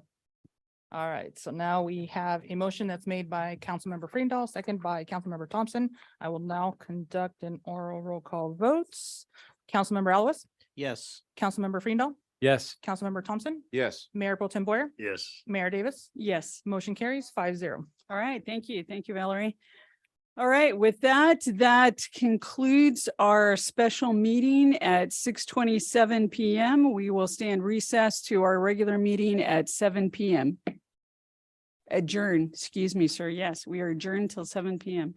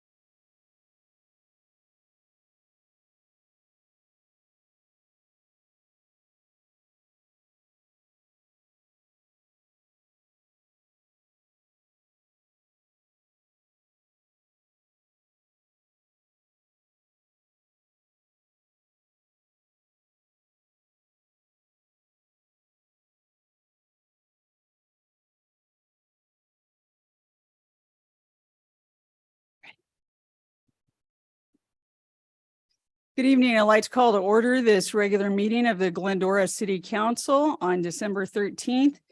All council members are present. Tonight, to begin our meeting, leading off the invocation will be Pastor Rio Martinez of Glendora Alliance Church, followed by Scout Pack 490 will lead us in the Pledge of Allegiance. So Pastor Martinez. Let us pray. Almighty God, as this council convenes to discuss important matters concerning the fine city of Glendora, we invite you into this chamber, that your presence would cover those in attendance with your peace, and that you would continue to inspire this council to lead with integrity, always seeking what is good for the citizens of Glendora, that we may live in harmony and prosperity. As the agenda is discussed, may we be reminded that we find ourselves in the Christmas season, a season of expectation and hope for a brighter future. As this council is challenged to wrestle with the items and proposal of tonight's agenda, as there may be possible tensions stirred amongst the council and the people, we ask that you would continue to instill the Christmas spirit of seeking goodwill in the hearts of this council, so that the phrase peace on earth and goodwill towards men would not simply be a familiar line in a Christmas carol, but it would be embodied and carried out by the city of Glendora. We trust in you and the mayor and the council you have given the city. Help them lead Glendora into a bright new year. We also ask that you continue to bless the public servants and first responders who commit their lives to ensuring Glendora remains a safe and healthy community to live in. Included in this prayer is our active National Guard and Reserve military members, for whom we especially ask your favor, protection, and comfort on their lives and the lives of their families, as Christmas time is often the most challenging time of the year for them. We direct our prayer to you because we know you hear us and are pleased when we seek your wisdom and walk in your ways. We acknowledge you and commit this evening and these requests to you. In the name of Jesus, amen. Merry Christmas and Happy New Year. And Pack 490, I invite you to come forward, please, and lead us in the pledge.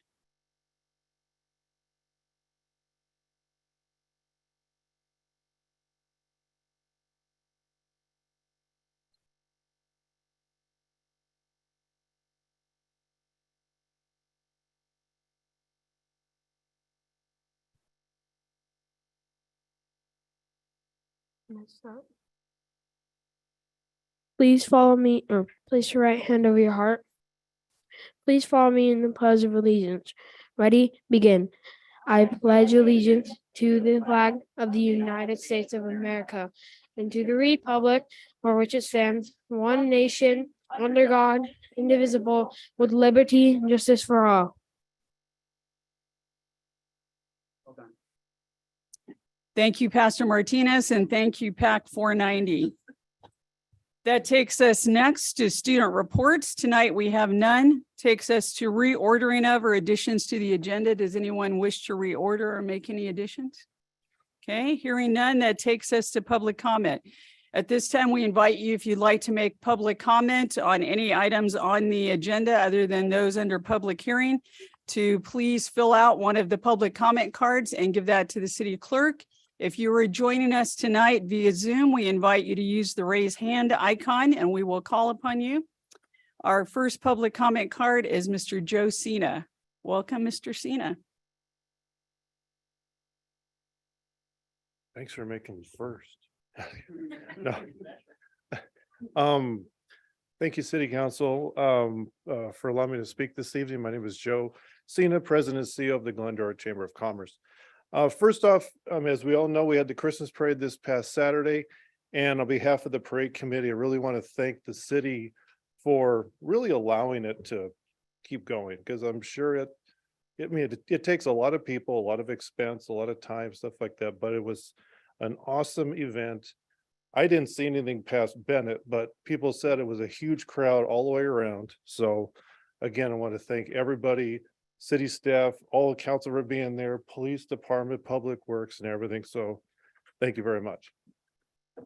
As the chamber does every year, this year we're having our Shop Local contest, and those receipts are due by the end of the week. So when you shop Glendora, you can enter at shopglendora.org to be able to win some prizes possibly. So, and it's called Keep the Cheer Here, meaning shop here, keep your money here. So shopglendora.org for more information. We're also on the lookout for the next Citizen of the Year. It's been a few years since we've been able to have a dinner, which we will have in April. So local groups, citizens can nominate a Glendoran they feel would be a great choice for that award, which will be the deadline for that will be the 27th of January. And this award has been given out since 1948. So, and on the perpetual trophies, because there's more than one, it says continuous selfless service to the community. That's the Glendora Citizen of the Year. So check out the chamber website or stop by and you can get the application for that.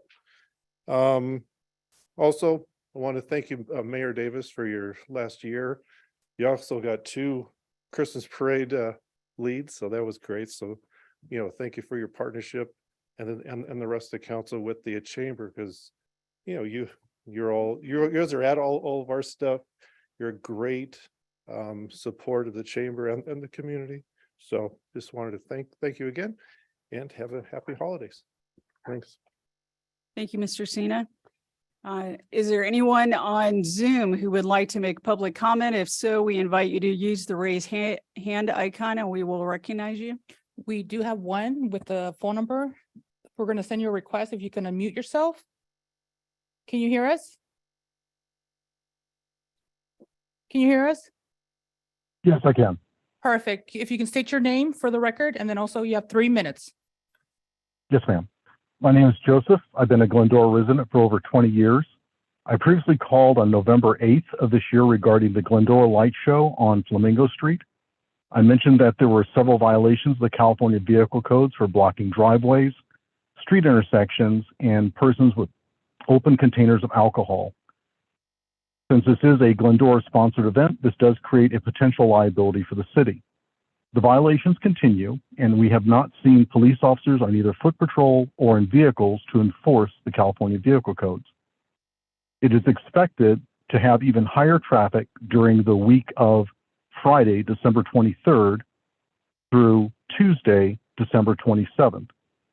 We ask that the City Council and the Glendora Police Department provide some foot and or vehicle patrol during this period to help enforce the California Vehicle Code and ensure that things go smoothly. Thank you very much for your time. Thank you. Thank you, Joseph. Is there anyone else on Zoom wishing to speak at this time? At this moment, I am not seeing any more. Do we have anybody else that was wishing to speak on Zoom? We have none, and I have no emails as well. Okay, and do we have any other speaker cards? I have not received any other ones. If there's anybody wishing to speak. Okay, No. hearing and seeing none, then I will close public comment and I'll bring it back to the council for reports and statements. Councilmember Alawas. Thank you, Mayor. I just wanted to extend what Mr. Josina said about the Glendora Christmas Parade. It was just amazing. I believe we had the most participants than we ever had before in the parade. Is that right, Joe? I think we had over 90 participants. And I think it was probably the most I've ever seen attend that meeting. I want to extend my thanks because Joe had mentioned to some of the folks, but the parade committee, Erica Landman, Cynthia Alawas, our very own Gary Boyer, Officer Chris Ferrino, David Friedendahl as well, Blaine Lambertson, John Aguirre, Michael Sled, Kelsley Fay, Eugene Ramirez, Steve Flores, David Gerber, Greg Morton, Andrea Watson, and of course, Joe Cena. They did an amazing job and they should be commended for that. It's a lot of hard work planning a year-round basis. And if some of you have noticed, there was certain T-shirts that were flying around, and I didn't want to take out and not recognize my colleagues up here with that. So I wanted to pass on the special commemorative T-shirt that had made up. And this here, it says, I love Glendora, celebrating our hometown values on the front. And on the back side, of course, is the mural over there on Hilltop Real Estate, which is, I think, amazing. And that was done by one of our That was one of our high school graduates from a long time past. So if you want to give that over to David. And whoops, and Gary. And this is for Karen, got you a medium. And I really wasn't quite sure for Mendel because of, of what size to get him. So I thought maybe this might be appropriate. Nice. I like it. So maybe that might fit, or it might fit your flat U that was yeah, presented a we few weeks ago. There you go. The Boy Scouts love it. Little antlers here, you know? Michael? So here's an extra large for you, just in case. Thank you, sir. That's all I have, Karen. Thank you very much. Okay, Mr. Thompson, your opportunity to follow that up. Oh, I cannot follow that up. The goal line is going well. I think most of us have seen a lot of work being done. This bridge right here, Foothill and Grand, is just about done. David, I think most of the traffic impediments are gone, and so which is really good. The 66 bridge is done, and the one east of us down on Lone Hill, they have pretty well tempered some of the work going on because of the shopping and holidays and everything, but that will be done in a couple months. And so traffic flow there is going to be good. And so thank you. Joe Cena, I just want to echo what has been said. Thank you for the tremendous job that you and your team do every day, but especially over the weekend. Thank you for all your work there. And boy, the rain has been great, huh? I know it's been cold. It's been obviously wet, but the reservoirs are starting to fill a little bit back up. So continue to be aware of that, and hopefully there's going to be more. Christmas is here, so enjoy that. Be as safe as you can, and express joy, love to each and every one, and hope that it's a special time. Thank you.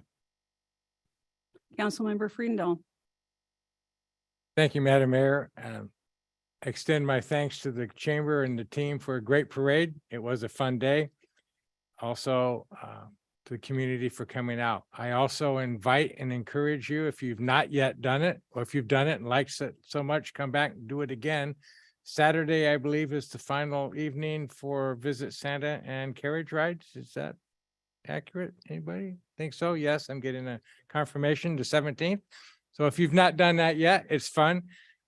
Go check it out and continue to enjoy shopping our village, and may your families have a wonderful holiday and a great new year. Thank you. Mayor Pro Tem. Thanks, Karen. We had the Christmas parade, a great job. I also want to acknowledge the Glendora Rotary Club sponsored a senior holiday dinner over at La Fetra. So they had about 100 seniors over there that they were able to feed during the holidays, and a lot of things going on. And not to forget Maria Friedendahl, who led us with the Daughters American Revolution tea after the parade. It was a great event, and I believe it was a 40th anniversary of the house. 40th anniversary of the society purchasing the Hamlin home, and the 40th anniversary of the tea, for 340 of the villages and states' best friends. So you're welcome to come next year. Please do. Great event. If anybody was at the parade, you may have seen Foothill Transit had one of our new hydrogen powered buses. It drives down the street. It looks just like any other bus, but we recently have made a purchase of some hydrogen buses. So we're trying to follow the governor's direction to get us to zero emissions by 2035. But you will see those on the street, and hopefully there'll be more to come. That's it. Thanks, Karen. And I too want to thank everyone for all of the holiday events that have been happening in the last few weeks. Also tonight, I would like to ask that we adjourn our meeting in memory of Joan Halliday. Many of you know that Joan had been a writer, journalist, and Glendora historian for over 65 years. She had been a member of the Women's Club for 55 years. She was quietly in the background, taking notes, recording everything that was happening, and was the person that everyone went to when they wanted to ask questions, right behind Culver Heaton. She was probably the next best authority on Glendora history. And so tonight I ask that we adjourn in her memory. And with that, Mr. City Manager, did you have anything? Mr. City Attorney? All right. Then that takes us to special items, the 2022 oath of office and city council reorganization. Thank you, Mayor Davis. If you remember back at the August 23rd, 2022 City Council meeting, the City Council adopted a resolution which canceled the November 8th, 2022 general municipal election scheduled to be held for the City of Glendora City Council seats associated with Districts 1 and 4. In addition, that resolution declared that the candidates that ran unopposed for those two districts would be declared elected and qualified to take office in December of 2022 following Los Angeles County's register's final tally. So at this point, I would like to invite Mayor Davis and Councilmember Alowis to join me at the podium for their presentation of their certificate of election, as well as their oath of office.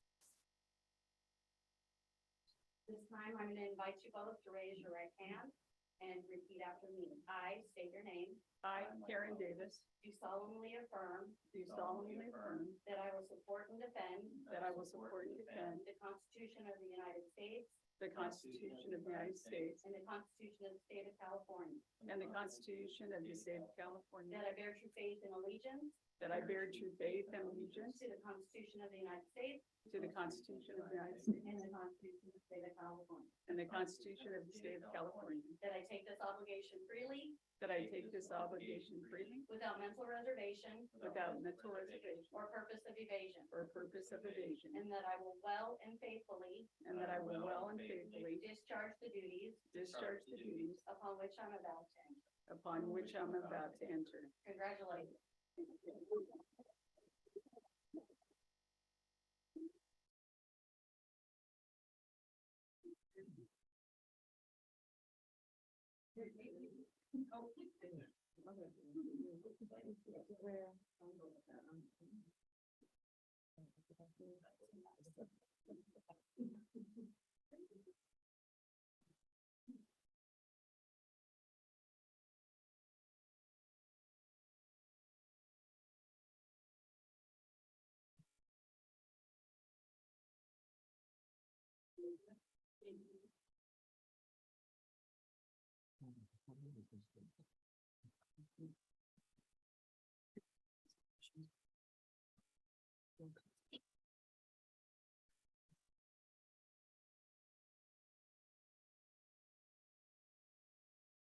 Did you have anything you wanted to say at this time? Yes, Madam Mayor. First up, this is really humbling to be up here to begin with, to be elected the first time and then again the second time by being unopposed, and makes you wonder a little bit about being unopposed. Is it something that my charm and personality got me here, or is the council and the city as far as of a job well done? I like to think this job well done by the city and staff. We have amazing staff here. We are a family, that's for sure. And we think about the residents first and how we move things forward.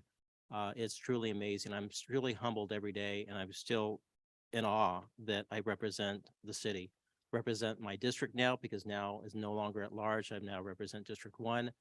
But, we still feel up here that we all represent the entire city.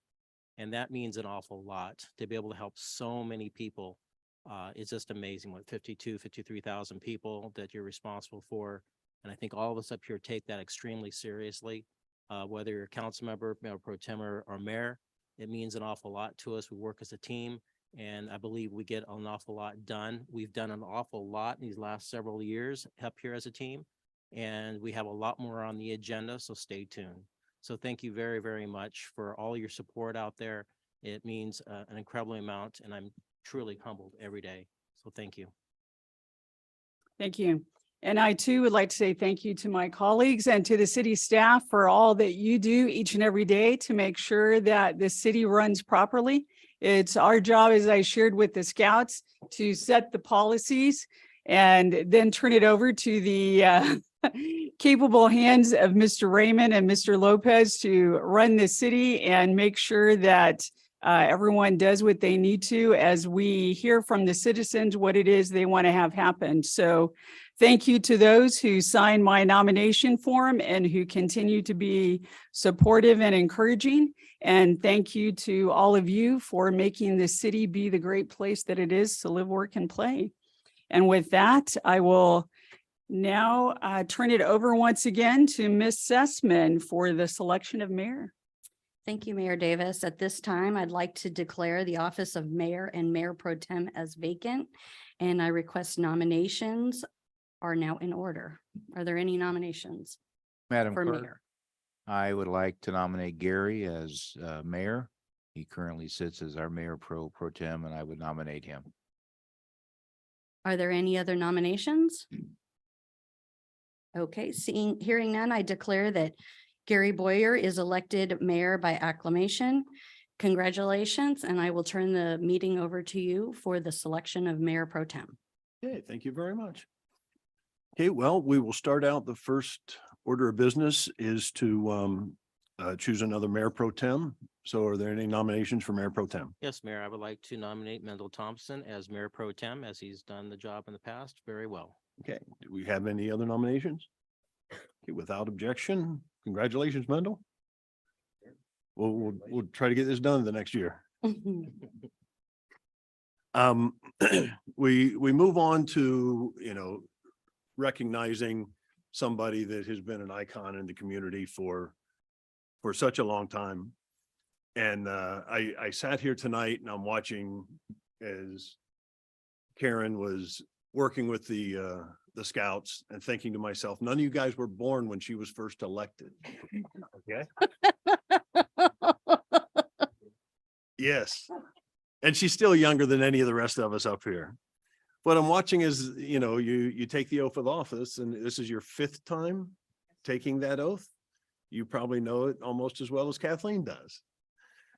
So, it says a lot to somebody when somebody is willing to give that much of their life. And Karen does so much more for the community than just serve here on the city council. She's the chaplain for the police department, and she's involved in so many different things that go on here in town. So it's been an honor for myself, and I'm sure my colleagues would agree to serve with you. And last year, like you have done at previous times, stepped up and taken the ball when you were asked to serve an extended term when we changed the election times, and you actually have been up here for 1.5 years. You sat through 2 Christmas parades. So it worked out. So at this time, I would like to invite some of our representatives are here to recognize you and give you some certificates. So you want to start out, Zane Aga, representing Congresswoman Judy Chu. Want to over, there you go. Good evening, council members. Thank you so much for the opportunity to address you all today. Councilwoman Davis, I'm so happy to be the one to get to thank you for all of the tremendous service you've given to our community, and specifically the city of Glendora. You may not know this, but the first event I ever attended on the Congresswoman's behalf was a Chamber of Commerce event put on by Joe, where I didn't know where to stand. I didn't know what order I was supposed to speak in. And you very graciously tapped me on the shoulder and prompted me to speak and just whispered in my ear to say thank you and move to the back of the line. Are you saying she put you in your place? She put me in my place. And so on a personal note, I am extremely grateful for that and your guidance over the last year. But on behalf of the Congresswoman and the entire United States House of Representatives, I'm so pleased to be able to present you with a certificate of congratulations. And on behalf of our district director, Enrique Robles, he told me very specifically, I have to say thank you for helping us find Santa Claus.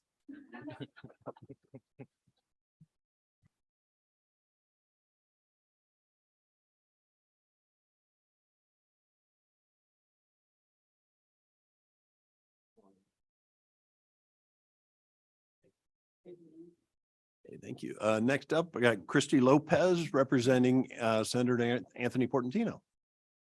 Good evening, Mr. Mayor, council members. My name is Christy Lopez and I work for State Senator Anthony Portantino along with my colleague Marco Lundgren, whom you are all familiar with. It is my honor to be here this evening to recognize outgoing Mayor Davis. Her work and dedication over the years is inspiring. Her commitment as mayor has been interesting to watch, given the last year, that everything that we've gone through under your leadership and under the things that you have done in this last challenging year, the things that we've all had to go through, given COVID, et cetera. I again want to say that it is inspiring, and I have a certificate of recognition to present to you on behalf of State Senator Anthony Portantino, and want to thank you for your ongoing commitment to the residents of Glendora. I can't say anything more, but thank you so much. And I just have this token to present to you on behalf of, as you know him very well, Anthony.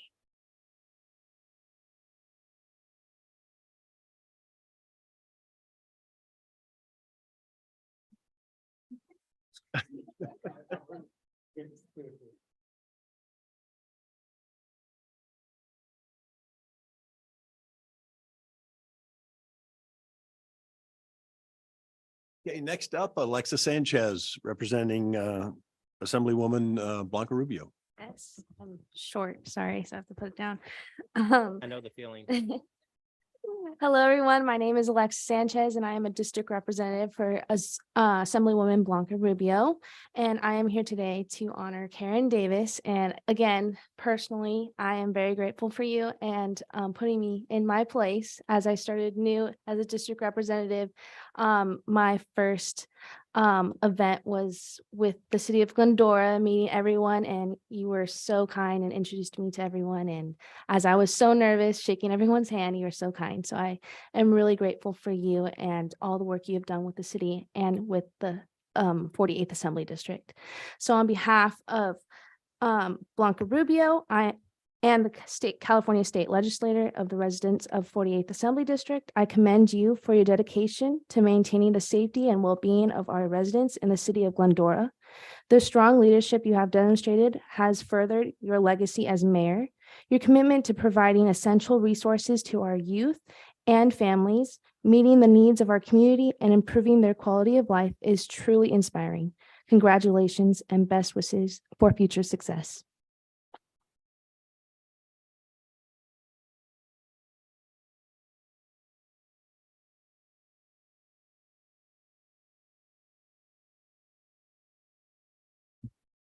And then I've got a couple more, but why don't you come back onto here and we can do it up here in a microphone that works. On behalf of, you guys all showed up, but Congresswoman Napolitano sent us this really cool leather binder here. So on behalf of Congresswoman Grace Napolitano, she just wants to thank you and recognize you for your commitment to the community, and she offers this certificate of recognition. Thank you very much. Okay. And then, not to be outdone, Supervisor Catherine Barger sends a life-size certificate in order to recognize you. And you got your name there in nice green bold, but I'm sure she would love to be here to present this in person. But this is on behalf of her. Thank you very much.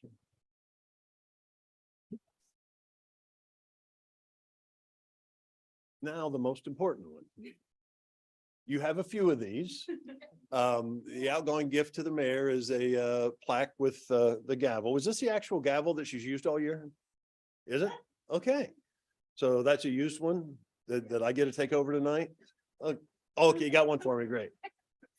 So anyway, on behalf of myself and our colleagues and the entire staff of the city of Glendora, we'd like to offer this token to you. Thank you very much. And thank you very much for your service. You're welcome. Thanks. I'll get up here for pictures.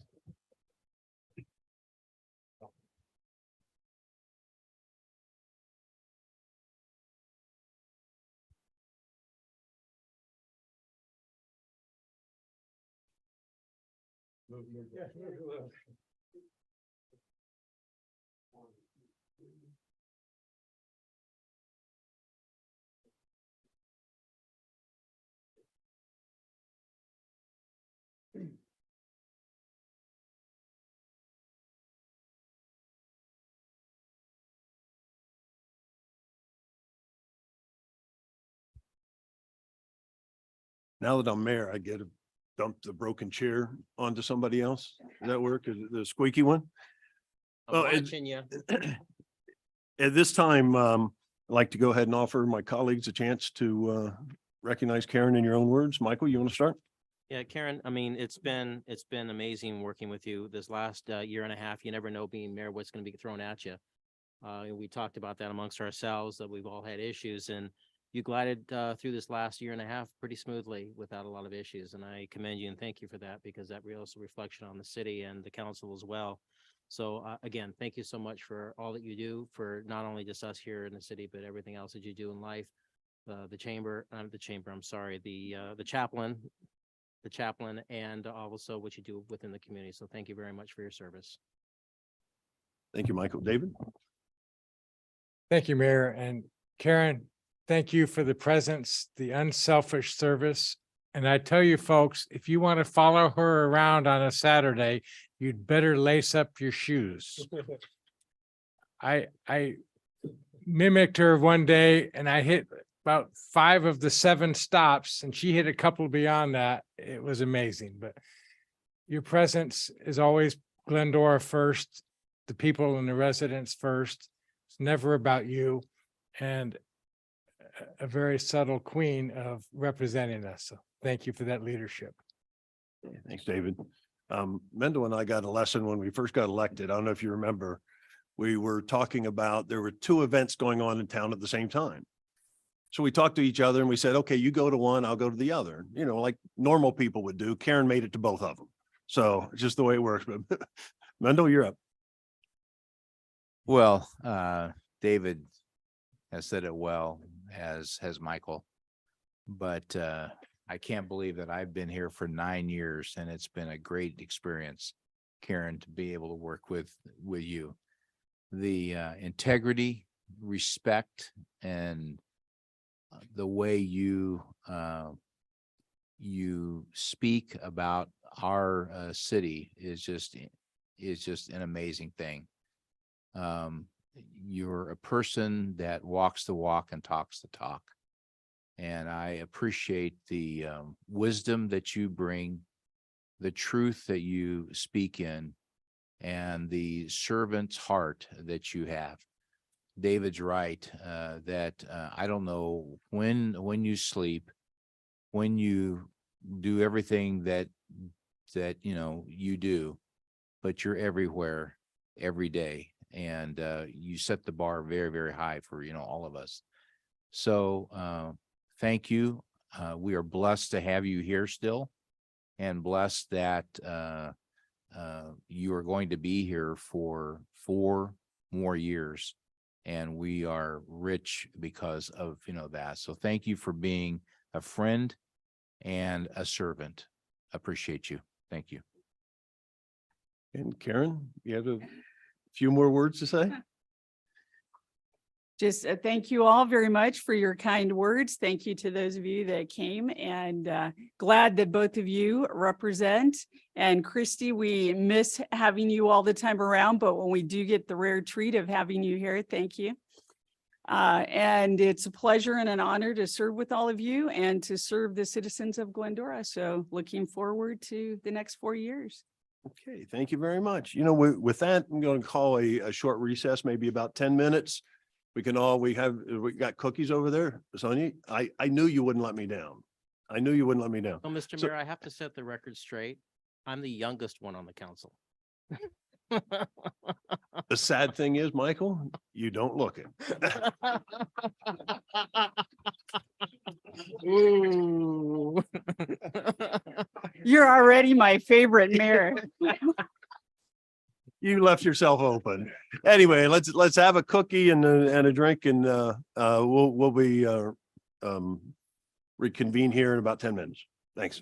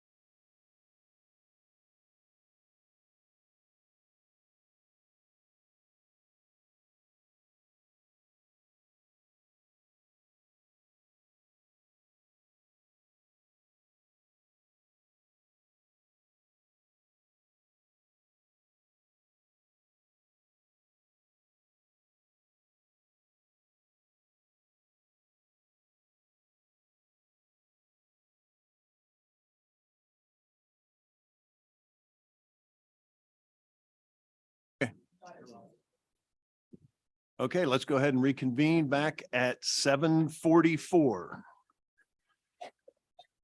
Okay, well, welcome to everybody that stayed. First thing on the agenda tonight is item number 3, the first of 3 public hearings that we're going to hear tonight. This is to consider an appeal of Miss Audrey Teasdale from the Planning Commission Resolution number PC 2022-11, a development plan review, PLN 220016, approving a 2-story residential construction, architectural and plotting changes to homes proposed for construction in tract 66608, phase 17-21 or phase 17 through 21, and model building MBO and homes proposed for tract 66609, phase 22 Meyer Lane, and to eliminate 3 homes from the development phasing plan and compliance with the California Environmental Quality Act. Okay. Mr. Mayor, I need to recuse myself per FPPC rules and regulations since I live within 1,000 feet of the project, and I've asked our city attorney to opine on the legal reasons why I need to recuse myself. Okay, thank you, Michael. Thank you, Mr. Mayor, members of the council. So under the Political Reform Act, council members that own real property in proximity to a particular project are presumed to have a reasonably foreseeable financial impact on their property such that they are required to recuse themselves from participation in implementing the Fair Political Practices Act. The Fair Political Practices Commission has adopted a 3-step analysis for real property conflicts. If you own property within 500 feet, you are irrebuttably presumed to have a conflict of interest that requires you not to participate in a project where your property is within 500 feet. If your property is beyond 500 feet, but within 1,000 feet, unless it is incontrovertible that there is no foreseeable financial impact to you on considering and acting on such an application, you must recuse yourself. And if your property is outside of 1,000 feet, there's an irrebuttable presumption that you have no conflict of interest. Councilmember Alawis advised us as to the location of his home. Our advice and recommendation to him is without a safe harbor opinion from the FPPC, he should recuse himself, leave the dais, and not return until after the public hearing is concluded. Thank you, Mr. Mayor. Okay. Thank you, Bill. Okay, Jeff Kugel, you're up. Need to declare the public. Oh, declare the public hearing open. Got it.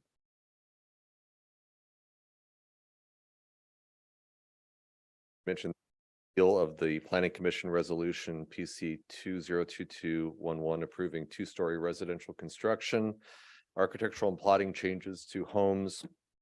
Oh, thank you. In tracts 66608 and 66609, also referred to as the Monrovia Nursery Specific Plan or La Colina Development. The La Colina development is an entitled project with issued permits for the grading and construction of 47 single-family homes in tract 66608 and 74 lots in tract 66609. Brief history of the project: in December of 2010, the city adopted the Monrovia Nursery Specific Plan and vesting tentative maps. In October of 2012, the city approved 2-story home construction phasing, and changes to the grading plan. And then in July of 2015, the city approved the final map, and substantial construction began around that time.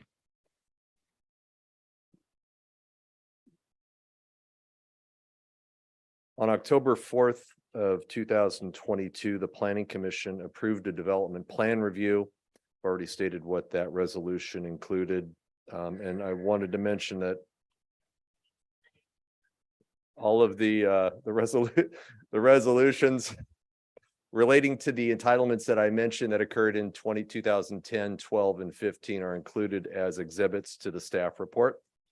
Again, the application and what the planning commission approved was two-story residential construction, the architectural plotting of homes, and the elimination of 3 homes in tract 66608 for reconfigured debris basins associated with the project. And I'll explain what those are in the next few slides. So this exhibit is the east, or actually it's the whole the whole area of tract 66608, which is also we've referred to sometimes as the northern tract of the Monrovia specific plan. The tract is laid out just south. It abuts Sierra Madre. To the east, the boundary is Barranca Avenue. To the west is Yucca Ridge and the border with the city of Azusa. There are a number of streets that were approved with the tract that will be dedicated to city streets, including Iris Lane, Empress Drive, Juniper Drive, and Rodriguez Way, which exits onto Barranca. Iris Lane exits the tract onto Yucca Ridge.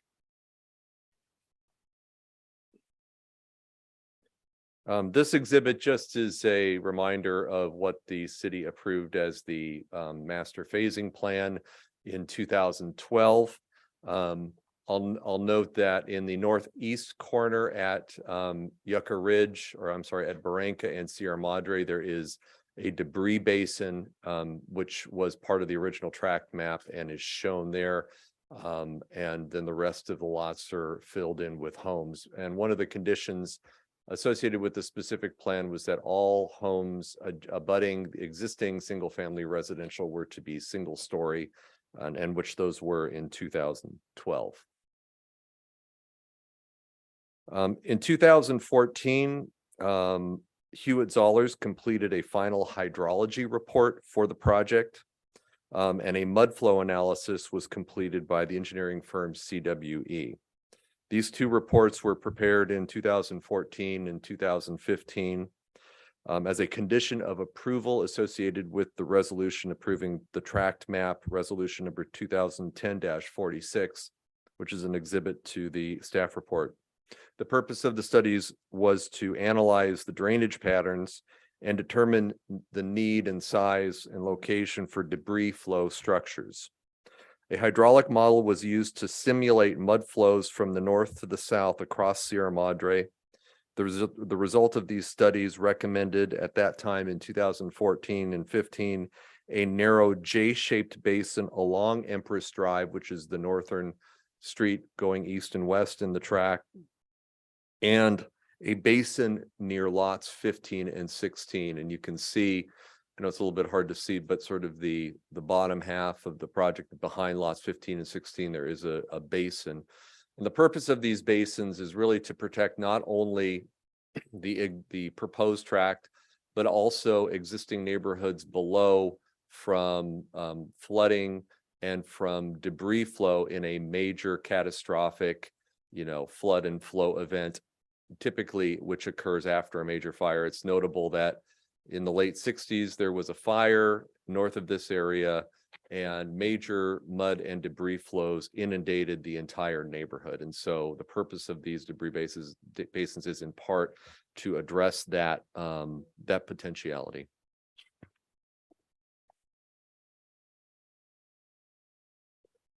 This is the modified plan that was presented to the Planning Commission on October.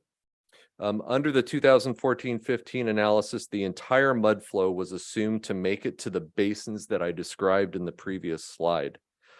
The engineer for the project more recently reevaluated that analysis, and a new hydrograph analysis was done to better reflect flow that would cross Sierra Madre. The results of this analysis resulted in reconfigured basins, and to address that, homes on lots 13, 14, and 15 were eliminated and replaced with reconfigured debris basins. The original detention basin, identified as Lot F on the map, which is in the northeast east corner of the tract will remain unchanged. As mentioned a few slides back, the application also involved revised architecture for the homes to increase the pace of sales and completion of the project. The developer proposed new architecture which modified the 2012 phasing plans architecture. So these are new homes that are, or newly designed homes that are proposed for the remaining lots for this subdivision. And as required by the specific plan, all the homes abutting the existing neighborhood to the south are single-family home, are single story. And this is just for information purposes. The plan also included newly designed new architecture for homes in the portion of tract 66609, which is near the Fairmount Cemetery, which was the final phase of that tract. So on October 19th, following the public hearing that the Planning Commission held and the approval of the development plan review, on October 19th, the city received an appeal of that decision from Audrey Teasdale. On November 18th or November 8th, a public hearing on the appeal was opened and continued to this date in order to review and respond a letter received from attorney Sutton, Mr. Sutton, who submitted a letter at 4:30 of the day of November 8th.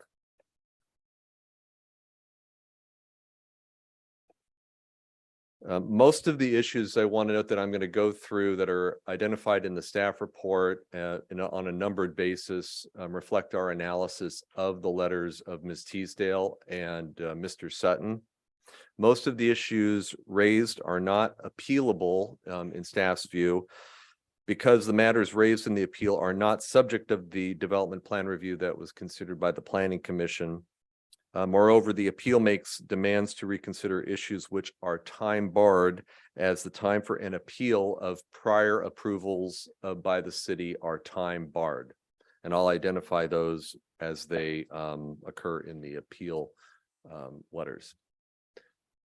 So items in the staff report, items 1A and B that we identified as an appeal issue was from Ms. Teasdale was one, the Monrovia Nursery specific plan and the Glendora general plan prohibit new streets to extend from new developments inside the city of Glendora into adjoining jurisdictions. The proposed Rodriguez Way violates this prohibition. As I mentioned on a slide previously, Rodriguez Way exits the subdivision onto Barranca Avenue. I'll mention that a street extension was not a part of the DPR application. The street configuration is part of the improved entitlements in the recorded tract map. So in staff's view, it is not an appealable item. Rodriguez Way was approved as part of the original map. And in any event, the connection to Barranca from the tract does not violate the city's general plan. And I'll go through the allegations and what staff's view of the appeal is. So this map shows in color the area of the city of Glendora, the city of Glendora's jurisdictional boundary. And within the city of Glendora, or surrounded by the city of Glendora, are a handful of unincorporated LA County or Los Angeles County islands. That's how they're referred to. These areas are recognized, and there are only a few of them in the city, including this one, as part of, in the city's general plan, as part of the city's planning area, and also by the Los Angeles County Local Agency Formation Commission as part of the city's sphere of influence. A Local Agency Formation Commission, or LAFCO, is actually a state agency, and they're in each county across the state, and they're responsible for adjudicating city boundaries. A sphere of influence is typically given to small unincorporated islands, which are anticipated to someday be incorporated into the city. And I'll mention that some of those islands that were in this area were incorporated into the city subsequent to the approval of the tract map that we're talking about. Portions of those areas were not part of the city when the city adopted the tract map in the tentative map in 2010, but it was a condition of approval that the city annex certain properties, which we completed around 2012. This is a street shot of Rodriguez Way. You'll notice the north area, the north arrow at the south, the sort of the bottom right corner of that slide. Rodriguez Way exiting to Barranca, and sort of the heaviest inked line going down Barranca Avenue illustrates the jurisdictional boundary between the city of Glendora and the unincorporated county island. This is another, I'll go sideways. The north arrow is pointing to the right, but and so I've kind of turned it on its side. This is Barranca Avenue, showing the jurisdictional boundary. Again, if you can see it down the center of Barranca. When you get to the corner of Barranca and Sierra Madre, again, the north arrow is pointing right. You'll notice that jurisdictional boundary makes a hard left down Sierra Madre. So at that corner, on the intersection, the majority of it is within the county's jurisdiction. However, it is part of the city's planning area and part of an island area that is within the city's sphere of influence. And this is simply for illustrative purposes to show what we're talking about. I think it's important to read out of the sections of the general plan that the appellant, I believe, is referencing when they're saying that this conflicts with the city's general plan. So these are a couple of excerpts from the city's circulation element, and I'll just read this entire slide. The city, as a planning consideration, the city of Glendora understands circulation impacts from local planning decisions also affect the function and quality of circulation in adjacent jurisdictions. Conversely, planning decisions of adjacent jurisdictions can affect the function and quality of the circulation system within the city of Glendora. While the city understands that it is part of a regional transportation system, the city seeks to discourage the use of non-arterials as major circulation routes and protect existing and future Glendora neighborhoods from unwanted traffic intrusions. And then there is a policy, CIR 5.4, which states, except for where required to support emergency access, no public or private streets shall connect to the planning areas of adjoining communities. And then the programs outlaid where the city would apply that, or examples of where the city would apply this policy. For new development, the city shall not permit vehicular connections into the planning area from adjoining cities as a condition of development approval. Second example, for new development, the city shall not permit vehicular connections into the planning area from adjoining cities, except where emergency access is deemed appropriate. And I'll end reading there, but just to point, the intent of this policy is to limit access from adjacent cities. And there was much discussion about this issue at the public hearings that led up to the 2010 adoption of the final map. The city took great lengths to prohibit new connections that did not exist with the city of Azusa, which is a separate city and jurisdiction, but as now did not consider unincorporated islands within the city's sphere of influence, completely surrounded by the city of Glendora, as part of what this policy would apply to. The second item in the appeal report, there from Ms. Teasdale, that there have been changed circumstances since the 2010 CEQA analysis, CEQA meaning the California Environmental Quality Act. A new traffic study is required to ensure that higher traffic levels can be addressed in new mitigation measures such as stop signs or a traffic signal along Barranca Avenue. The development plan review involved a reduction in the number of homes. Alleged changes in traffic have nothing to do with the development plan review application and are not eligible for consideration as part of this hearing. In 2010, the city approved an environmental document that considered the impacts of this project as it relates to traffic. The time period to initiate a CEQA challenge to the project has long since expired. In any event, the proposed changes do not increase impacts associated with this project. Reducing the number of homes by 3 and revised architecture are not changes that would alter traffic patterns or volumes that were not previously considered as part of the approvals back in 2010. So this slide, I took a couple of excerpts out of the original traffic study for the project that was considered as part of the mitigated negative declaration for this project, mitigated neg dec being the CEQA determination by the city back in 2010. And at the time of that, the CEQA analysis was done, the measurement of traffic impacts was level of service. And level of service relates to wait times at controlled intersections. So I highlighted under the intersection of Barranca and Sierra Madre. Overall, the intersection operates at a D or an A with this project and cumulative projects identified in the area at that time.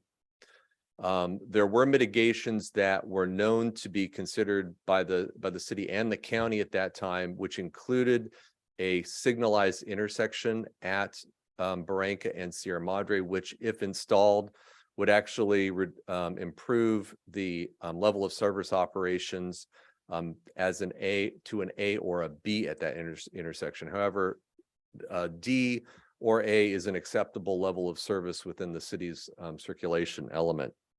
It was noted by the traffic engineer that during the peak AM hour, that there was a right turning movement, or one of the movements at that intersection which operated at a level of service F. However, that was only 1 hour in the morning. And again, the analysis shows that if there was a traffic signal, which was an identified mitigation, that it would improve the operation of that unacceptable level of service. However, either way, it did not, that issue did not relate to this project. Again, another excerpt from the 2010 mitigated negative declaration, and I won't read the whole thing, but just a part of it. It indicates that the project will add 10 AM, and it's referring to the Rodriguez Way exit onto Barranca. The project will add 10 AM peak trips and 19 PM peak trips to the intersection, and the intersection being Barranca and Sierra Madre, and several hundred vehicle trips to the intersection throughout the day. The project therefore contributes to an existing significant cumulative impact. However, the level of service at the intersection does not change with or without the project. So in other words, the traffic analysis determined that with or without this project, it does not have a significant impact on that controlled intersection, and was accepted by the city under that determination. Item number 3, the development review is a misnomer. The appeal alleges that this is an amendment to the track 66608. The number of homes is being decreased and a new debris basin is proposed. This is beyond the scope of a development review allowed in the Glendora zoning code. A hearing on amending tract map 66608 must occur at the city Glendora City Council, meaning that instead of the Planning Commission, the request is that this be an item to amend the map, amend the specific plan, and go through an additional public hearing process. So in staff's view, the application was properly processed. Resolution 2010-46, condition of approval number 61 required a final hydrology and mud flow analysis to determine the size and location of basins. The conditions include a scenario for multiple basins. Furthermore, the specific plan allows for administrative approval of project infrastructure which satisfies the intent of the specific plan. The reconfigured basins are consistent with these approvals and the intent of the specific plan, what the council approved in 2010 and what was analyzed under the CEQA document. The elimination of homes does not require a specific plan or tract map amendment. The number of lots will remain the same with the basins built over lots 13, 14, and 15. So the number of lots which would have required an amendment to the map are not being reduced. It's simply that the lots are being repurposed for the location of basins which were anticipated as a possibility under the specific plan approvals. And lastly, the specific plan provides the Planning Commission the ability to approve two-story homes and a phasing plan for the project, which they modified back in October. Item number 4, and identified in the staff report from the letters, indicates the staff is failing to consider the project conditions of approval for tract 66608. None of the actions of the city council in 2010 or 2015 are the subject of the DPR application. So this is another unappealable item. The project is fully entitled and actually has permits and may proceed as approved without any modifications. The conditions of approval in the approving resolution anticipated a range of scenarios for debris basins, the construction of single-family homes on 20,000 square foot lots. The final hydrology study, which was used to size the basins, was completed in 2014 as a condition of approval for the recording of the final map, which was done in 2015. The DPR approved by the Planning Commission dealt primarily with architecture of two-story homes, confirmed plotting and setbacks for those homes, and the location of the homes on the pads. The DPR does not alter or conflict with any conditions of approval for the tract map. Last item, number 5, the California Government Code 65454 provides that no specific plan may be adopted unless it is consistent with the city's general plan. Likewise, the city cannot approve any subdivision unless it is consistent with the general plan. Actions approved by a city that are in conflict with the city's general plan are void. The Monrovia specific plan is, again, not a part of the Planning Commission's what they were considering. That has long been approved and is also not an appealable item. The specific plan was adopted in 2010 by ordinance, and it is incorporated into the municipal code. The staff report notes that challenges to the specific plan or the La Colina project had to be filed not later than 90 days after the decisions of these items were made by the council. So the request tonight is for the council to open the public hearing and consider the following alternatives. Alternative A would be to adopt a resolution overruling the appeal and upholding the Planning Commission decision. Option B would be adopt a resolution sustaining the appeal, vacating the Planning Commission's resolution, and remanding the application back to the commission for re-review. Third, to sustain the appeal in part, or override the appeal in part, and direct staff to bring back a resolution consistent with the city council's deliberations on this appeal following the public hearing. And lastly, there's another recommendation in the report would be D, to request that the council approve a waiver of the remaining balance of the total actual costs incurred by the city for processing this appeal. Just to mention that the appeal requires a $2,000 deposit, and that's a deposit for time and materials. Staff time, legal time on this have exceeded that, but we would request that those costs exceeding $2,000 would be waived for the applicant. That concludes my report. I'm happy to answer any questions. It's a public hearing. I know both the appellant and the applicant, the development applicant, are here to make their own presentations, and thank you for indulging me. Yeah, appreciate it, Jeff. I'm going to bring it back to council for questions and comments, but Bill, just to clarify before we go there, should any comments or questions be limited to the subject of the appeal tonight? Yes, that's our recommendation. And at this point, there should be no comments. You're here to answer questions, gather facts. Once the public testimony portion of the public hearing is closed, then you can make the comments and deliberations. So if you have questions for staff about its presentation or any of the factual matters included in that presentation, you're free to ask, as you will be free to ask for the appealing party and the applicant as well. Okay, appreciate it. Karen, start with you. Any questions? David? I have several questions, but I'd like to do, not of Mr. Kugel, but I'd like to hear the rest of the comments before I raise any of those. Okay, thanks. Mendel? No, I'm good. Thank you. Okay, well, with that, I lost my train of thought here. Where are we at? You're going to Ms. invite the Dale, appellant, yes. right?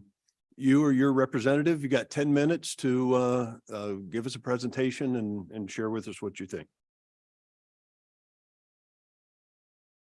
Thank you. Thank you. I'm Christopher Sutton. I represent the appellant Audrey Teasdale, who lives just to the east of this track.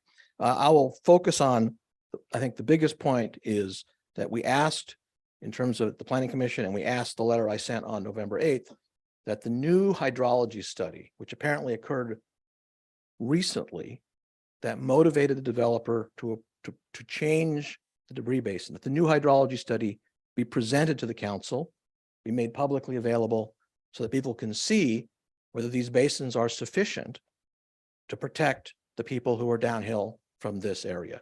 And we just don't know that because the new study was not presented. The environmental document you approved in 2010 was based upon a study at that time. Another study was done in 2014. You then approved the final map in 2015, but there was no new environmental study. And there's now this new hydrology study, somehow motivating the developer to be concerned that there needs to be these new debris basins and eliminating 3 homes. And yet we don't know what that study says, and we wanted that to be a part of the record. In addition, of the 3 houses being eliminated, you're going to be building a debris basin over 2 separate legal lots. Yet there should be a requirement that if you're going to do that, that there be a lot tie covenant given to the city so that the debris basins cannot be cut and sold off separately. I'm going to share my time with my client who wants to speak on her own coming up. The importance of studying the debris basin is to protect public safety. We believe this is in fact a change to the track map. We believe that Rodriguez Way was inappropriate, that the jurisdiction includes the county separate from the city of Glendora, and this goes into that. My client lives directly opposite where Rodriguez Way will come out on Barranca. And even the recent construction trucks have already broken the curb on her side of the street. In 2015, the developer was required as part of the final map to widen Barranca from Sierra Madre down to a point past Rodriguez Way. My letter of November 8th, shows that in 1973, the property owners to the south dedicated additional land to the county, which is now a dedication owned by the city. So the city could require the developer to complete the physical widening of Barranca from Sierra Madre to the point in the track map or all the way down to Donington, because this requirement was imposed in 2015. It's almost 2023, 8 years later. And even the notice you gave that you sent out, it showed Barranca already widened, but it hasn't been widened. So that you could condition this approval today on widening Barranca by a date certain, let's say November 30th, 2023, so that the safety issues that we want create enough space so there's both a northbound left turn lane and a northbound right turn lane at Sierra Madre. The developers already agreed to do this. You just need to require them to do it by a date certain. We also believe that it would be important for traffic safety to limit Rodriguez Way to emergency vehicles only. You could condition this approval on that. You have that power. Developer attorney's letter does not talk about the lack of power of the city council to put these conditions on. And we believe you should probably send it back to the Planning Commission, have the new hydrology study independently analyzed by your staff or by outside experts, and make sure that these 2 new debris basins along Yucca Ridge are going to be sufficient for the people to the south. So again, we believe that the decision the Planning Commission made was premature. We believe that because of this new hydrology study, sometime in 2022 or 2021, that the 2010 environmental document 12 years ago is out of date in terms of hydrology.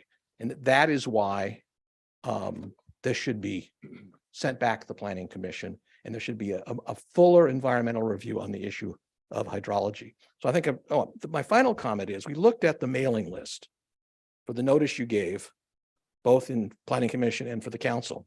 And apparently the notice was tied to 500 feet from just the narrow area along Yucca Ridge. We believe that it was appropriate for the notice to be given 500 feet from the corners and the edges of track 66608, and a large number of people to the east were not given adequate notice of this hearing or the council hearing on November 8th. And so we think you should also renotice the hearing, and sending this back to the Planning Commission with new notice would accomplish that. So I'm going to end my time and turn it over to my client, Audrey Teasdale. I have written many, many letters to you. I've spoken many, many times to Planning Commission and to the city council meeting. Barranca is currently overburdened with traffic. We have daily counts over 3,000 vehicles, and another road that you're proposing will exacerbate conditions. It will place pressure on Sierra Madre intersection. It is at a level F. I don't know where this information came from of a B or a D. It is a service level of F, and you can check with the county if you'd like. For many of us, Barranca is our only option to access our streets, and we are unable to safely enter and exit our streets with this heavy traffic. It is a substandard local street. It does not meet the standard width of 36 feet in width. It's only 32. It's substandard for a local street even, and you're pouring all this extra traffic on it.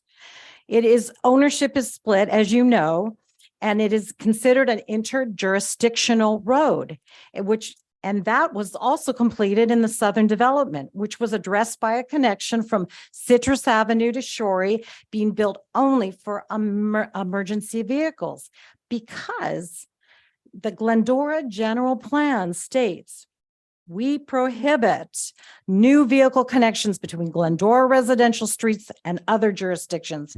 And believe you me, LA County is another jurisdiction. I have voted for none of you. I'm at a different jurisdiction. Okay? Yeah, don't dispute that. And then also the Glendora General Plan prohibits any access that will encourage the use of non-arterial roads, which is a local road, which, as you know, Barranca is a substandard local road, and it prohibits it from major circulation. Even the Monrovian Nursery specific plan says it's worthy to note that the current City of Glendora General Plan no longer allows extension of streets or completion of street links between the City of Glendora and other jurisdictions. This 40-foot proposed road dumps 30 feet directly across from my primary driveway. It's setting up a very hazardous conditions, and you need to be aware of this, and something needs to be done. Also, Barranca needs to be fully widened. It needs to be widened to be appropriate and in line with the collector Barranca south of Leodora. Again, as I mentioned, it's a local street right up there. It cannot take all that traffic. And it's kind of strange too, because your final track map in 2015 that was recorded with the county shows it fully widened. You have done that on your 2015. Suddenly there's a taper that's involved. Why is that? What happened with that? Your Glendora Environmental Impact Report shows Barranca is a collector road, 50 feet wide. It is not. Your Glendora Environmental Impact Report shows Barranca has full sidewalks. It does not in that area. You have been made aware of this in past meetings about these violations, but it has not been corrected. Does this allow you to further dump more cars onto Barranca? The petition that I collected and presented to you represented 45 residents. Most of them were east of this track. And I gave it to the city council on October 25th. Many of the residents said to me, they said, you know what? The city council doesn't care. These are the reactions that I got, and you should be aware of them. They want the developers' money. They don't really care. This is what they said. And one person said, well, do you think this is really going to help change their mind? Well, you know, we're going to try. And that's what we did. So I want to say to you, why don't you change the narrative? Stop violating Glendora General Plan, the Monrovia Specific Plan, and the EIRs of Glendora. And go above what these allegations of what residents are saying about the city council and show leadership and do what's right. Fully widen Barranca the 30 feet and get rid of this proposed 40-foot road. Thank you. Okay, thank you, Mrs. Tizio. Okay, at this point, I guess the question is, does anyone on the council have questions of the applicant? Appellant? Nope. Okay, then we will go ahead and move on. And I'll invite the applicant, I believe Gordon Nichols and Andrew Fogg are here to share some information with us. You got 10 minutes, gentlemen. Thank you, Mayor and Council. My name is Gordon Nichols. I am the project manager for William Lyon Homes, a Taylor Morrison Homes entity. With me is my attorney, Andrew Fogg. And again, we're here to answer any questions you may have about the appeal and about the project in general. I would like to say that the city staff's presentation was very thorough, and that we have also submitted a letter in response to the appeals, to both appeal letters. And again, we feel that majority of the items that have been brought to the attention of the city council are time locked. We have entitlements that are in existence and that are not up for appeal, including the layout of the streets, the overall number of homes that are being built. And again, the map is already recorded. We'll turn it over and have any questions you may have. But before we get started, there has been a lot of, I think, negative and false accusations about the project in general. This is the final third of a 107 home development. So we only have 37 homes remaining in the tract. This is a 2-lane development that will have Rodriguez Way, which is a 36-foot wide, 2-lane normal collector street. It is not a 60-foot wide street that has been inaccurately proposed by the appellant. And again, we have had significant mitigation and review, both environmental, traffic, on this project, and those approvals stand. If the city council would like to send our application back to the planning commission, I believe that would be an unfortunate decision. However, our existing entitlements would still stand. We currently have the ability to build 40 homes on the tract that is remaining, and we are actually proposing to build 37. We are making this significant financial cut in our budget due to the ability to, number one, provide better stormwater management and impact walls along Sierra Madre to prevent against mudslides. And then again, we have that in itself reduces the overall traffic, the overall environmental impact of our project in general. So again, this tract provides desperately needed homes throughout the city of Glendora. Our main buyer market is Glendora residents. Our overwhelming number of home buyers are local residents in the area. This project, this last third of the project, will have significant improvements in stormwater management with the new basins. It will have significant improvements in hillside and mudslide protections with our retaining walls along Sierra Madre. Those environmental and engineering improvements were approved by the city engineering department and are not subject to public review. We do not change hydrology here, and as developers, we study it, and we study it as much as we possibly can. We don't have the ability to change where the water flows. If the applicant would like to review the, again, updated and revised hydrology study, they can do that. But again, it has already been reviewed by the city engineering department and been approved, and that is not an item that is open for public review. There's some street improvements that the tract is being conditioned to, and we are doing that. We have significant street improvements on Sierra Madre, including a widening, a sidewalk, a fence, and landscaping along Sierra Madre, and a middle turn lane. We also have improvements on Barranca Avenue. We have approved street plans that again will widen Barranca Avenue about 5 to 6 feet along our easterly border, which will improve the overall traffic in the area, the visibility, and we'll be putting in the full sidewalk and stormwater mitigation along Sierra Madre and Barranca Avenue. This will also result in improved traffic flow, safety, and increased pedestrian access of our project. Our project will also bring an expanded tax base by developing this vacant land and providing more tax base for the city services. Increased property values throughout the area will also increase, We've also paid significant development impact fees to provide mitigations throughout the city for regional roads, parks, police, fire, stormwater, and schools, all which would benefit the city at large. The tract has existing entitlements that are time locked, and we were granted additional homes to build, and we are not going to do the full amount of those homes. We also want to point out that we have half of the tract currently built is being managed and maintained well by an HOA. The retention basins that we are proposing are private retention basins, and they're being maintained 100% by the HOA with no financial burden along to the city. This, again, the residents in the area will receive a significant benefit to them.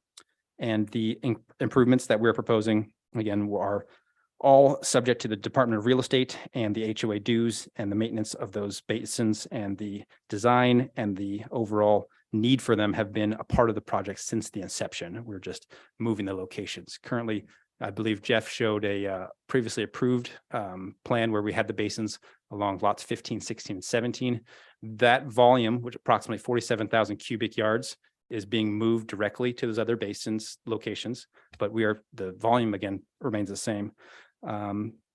We just want to point out that we are here to help the city. We've been working on this for quite some time now.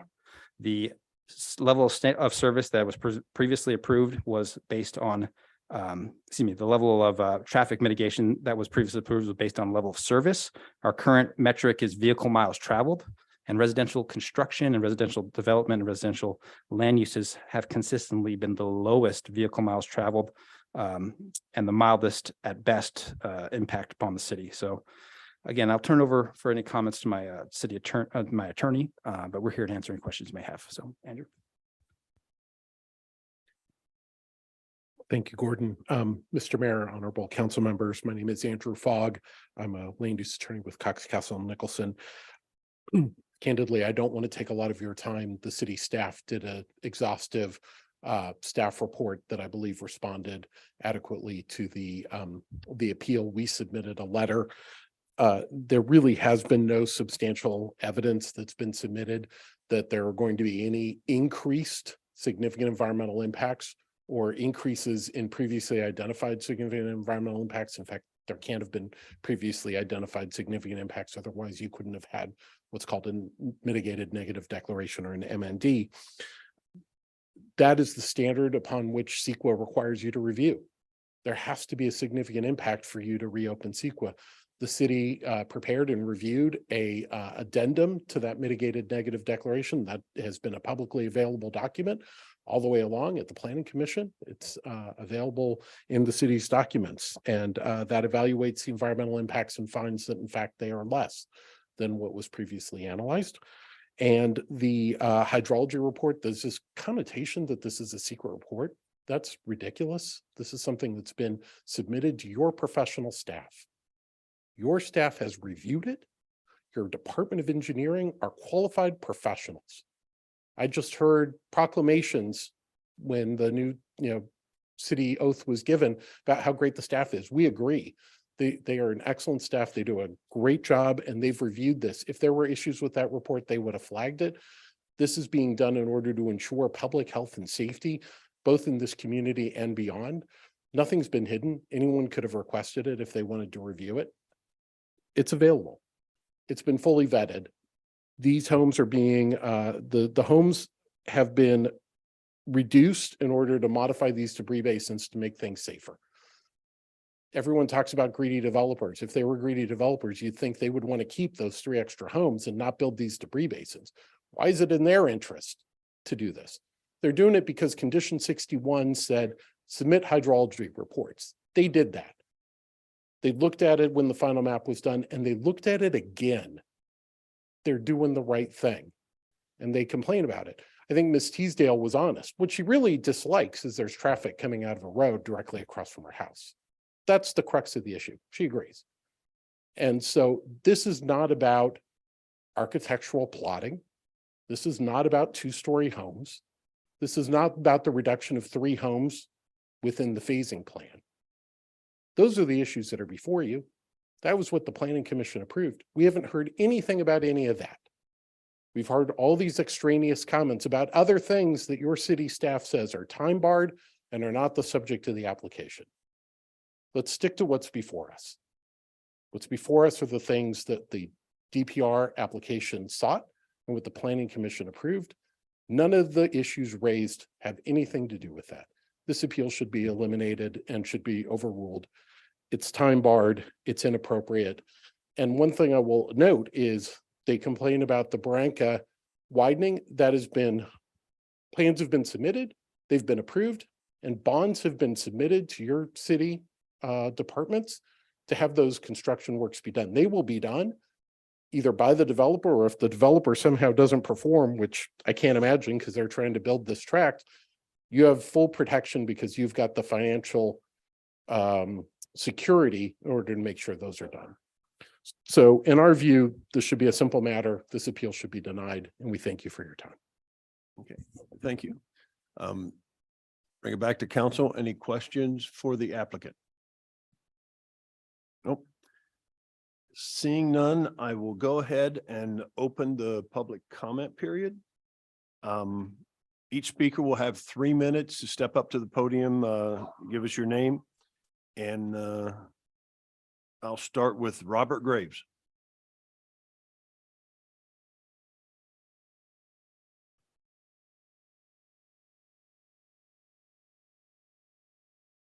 Hello, my name is Robert Graves. I live on La Fetra Drive. I lived there for about 33 years with my wife. And I agree with what the council said here. We don't have any objections to the plan. The development, I mean, the nursery's been sitting up there vacant for 20 years or more. The issue is Barranca. And Barranca below Leodora is a 4-lane street. 40-mile-an-hour speed limit. You hit Leodora, street narrows down. The curbs are very shallow. I mean, the curbs are high. Lots of traffic. Sierra Madre is a feeder street or a bypass for the 210 freeway. Cars come up Barranca, they make a left-hand turn. In addition to the 210 traffic, we have St. Lucy's High School. Been around the high school, you know how high school students drive. It's dangerous. There's no sidewalks. There's no streetlights. You go up there and cars, I mean, when they come up from where it's 4 lanes to the 2 lanes, it goes from 40 miles an hour to 35 on a residential street, 35-mile-an-hour speed limit. It's dangerous. 20 some years ago or whatever, when Rosedale was doing the plan, they said Rodriguez Way, which I didn't know the name of the street, would only have exit access. This, we understand, is going to have right turn and left turn. That's a recipe for disaster. Talking about the jurisdiction, we live on a street where part of our houses are in the city. The last 2 houses are, part of the house are in the city, part of them are in the county. On Halloween, somebody tried to break into my house. We called the police department. Where do you live? I live at 19036 East La Fetra. Oh, you have to call the sheriff's department. The sheriff's department got there about 40 minutes later. So jurisdictions, we're a different jurisdiction. Okay, I'm sorry. Trash service. We get it on one day, the city gets it on another day. On Mondays, trash trucks are on the west side. On Friday, trash trucks are on the east side. So yeah, there's 2 different jurisdictions there also. So again, we don't have any issue with the development. What we want to do is what we were promised 20 some years ago. Rodriguez Way would only be a right-hand turn, and that Barranca and Sierra Madre would be widened. If you go up there now, none of them has been done, and it's been a good 20 years. Thank you. Okay, thank you, Robert. Next, I've got Danny Stallnacker.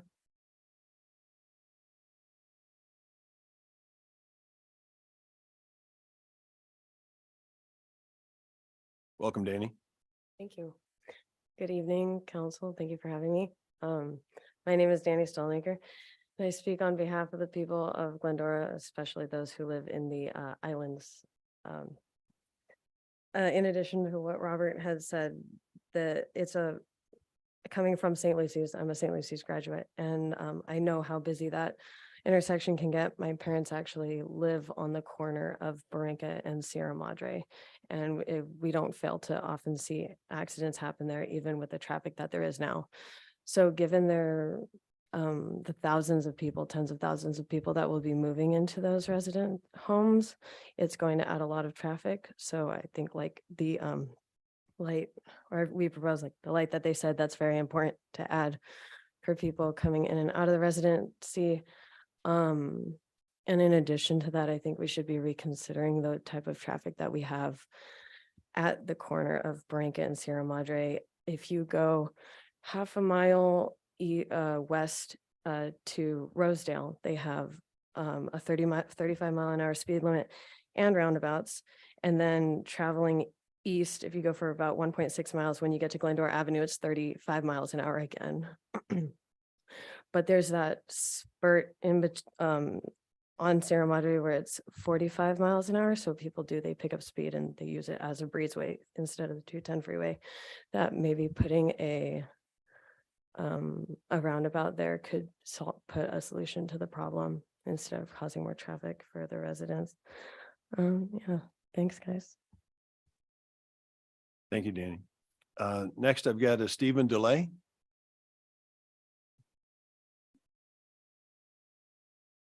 Good evening, Mayor and staff and other people. I want to thank Jeff for giving me the letter of the law. However, the things that have been brought up about the safety of this are paramount, and they entered a covenant to protect us, and you as a council entered a covenant to protect us also. But Sierra Madre and Barranca is a ridiculous street. The Barranca going up is so high, the crown of the street is so extreme, it's ridiculous. There's the traffic is unbelievable already. We need a light there. We need Barranca widened so that people can ease into it. We don't need a third lane in the middle of the street to do more traffic problems.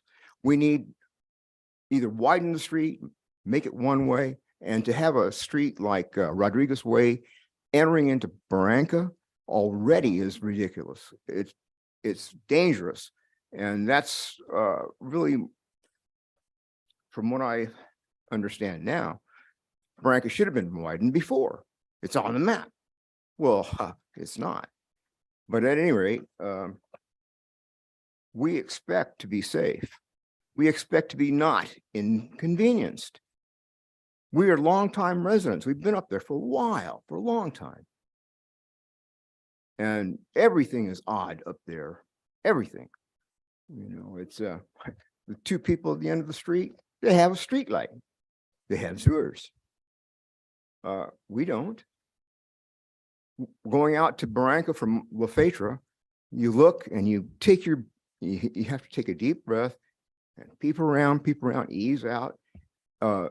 It's unsafe and we need to be safe. And that's what the street, you know, they say, we're going to have Rodriguez Way go onto Barranca.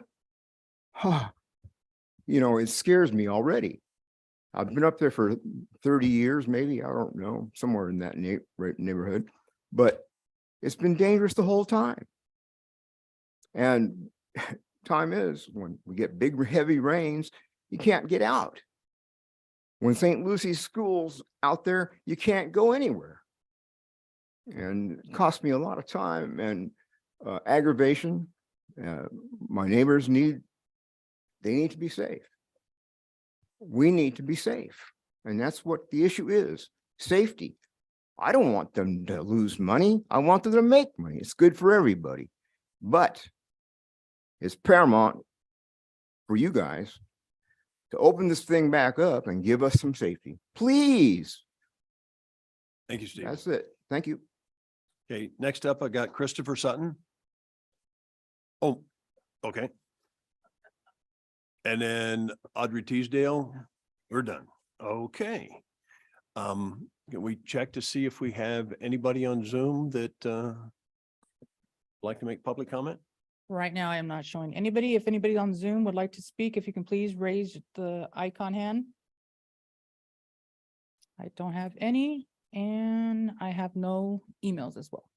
Okay, I appreciate it. Mhm. With that, I'll close public comment. Okay, and then, Rebuttal. The rebuttal. oh, rebuttal. Sorry, rebuttal first. Rebuttal. Help me out here. Oh, okay. We'll start out with the appellant. You have a 5-minute rebuttal period. Thank you. Thank you. Thank you. Yeah, I too believe the staff report was very good because it did highlight, though they were somewhat downplayed, the issues that we raised, the new study, the requirement to do the street widenings. The developer was non-committal as to the time. So they've already built 68 houses out of 105, and yet Sierra Madre hasn't been widened. Barranca hasn't been widened. There's no signal yet. The timing is the question on these widenings and the question on Rodriguez. They can do it now, and you have the power to impose that condition, have Rodriguez be only emergency, have them make all the street widenings and traffic signals now, not 10 years from now. It's already been 8 years. When their attorney or the city attorney or someone talks about that it's time barred, that means, and I disagree, but let's say that's correct. Time barred means it's something that we can't, that Ms. Teasdale can't file a lawsuit on. But time barred does not mean that you don't have the power today to impose conditions of approval on this project and say, widen Barranca by June 30th, 2023, widen Sierra Madre by a date certain, put the traffic light in by a date certain, and you can also condition the use of Rodriguez Way. And you can also send it back and have the Planning Commission have a full copy of the study, so that the fact that we may not be able to sue does not diminish your power to protect the public safety. And that's what I want to make clear. The fact that we're not supposed to sue on certain issues, which we disagree with, but let's say that's true. You can add conditions of approval. You have the ability to send it back to the Planning Commission. The developer's letter and the developer tonight made no commitment as to the timing of these street improvements. None. What is their commitment on the time? They've already built over 2/3 of this tract, received all the money from those houses. They're going to wait until all the houses are built before they widen Barranca, widen Sierra Madre, put in the signal. You have the power. Even if we, in theory, can't sue on the issue that being time barred, you have the power. That's why the staff report gives you 3 options. You can simply reject the appeal. You could sustain the appeal and send it back to the Planning Commission, or you could do a third thing based upon your deliberations where come back, ask the staff to come back with a new approval resolution that puts these kind of conditions and time limits on this development. They promised to do this in 2015. They've now built 2/3 of the houses. They haven't widened Barranca, and you could extend the requirements because what we showed, the 1973 parcel map, extends the city's control of the land down to Donington to do street widening, right? That will get you closer to Leodora, where it's 4 lanes. So that what we're asking the council to do is what the members of the public did, which is to protect public safety by using your power to speed up these promised safety improvements and have these done by a date certain. And I think that's all I have to say. Thank you very much. Okay, thank you. And the applicant, rebuttal, 5 minutes.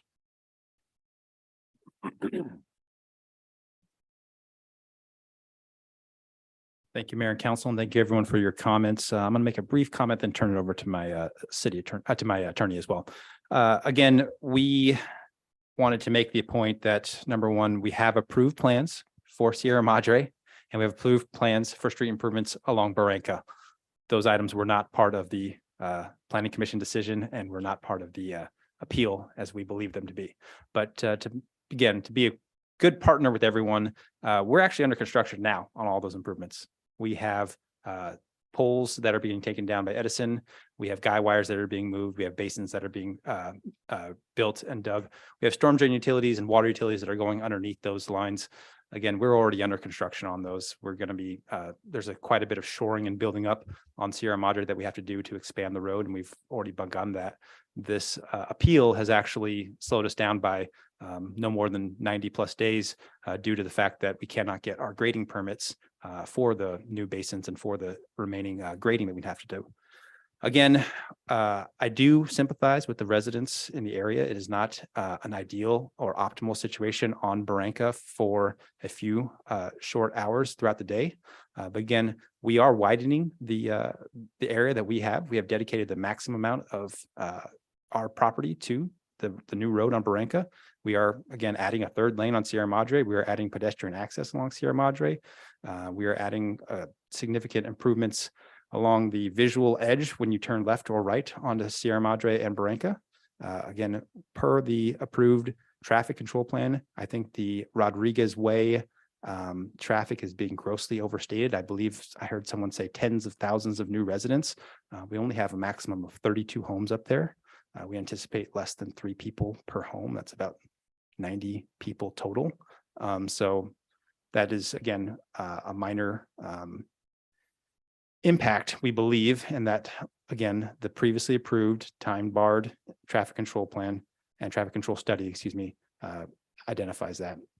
We are currently on schedule to have all of the improvements on Barranca and Sierra Madre done by next August. Again, we're already under construction, and knock on wood, we don't have too bad of a rainy season up there, and that we don't run into any more difficulties, but we are already currently under construction on all of those.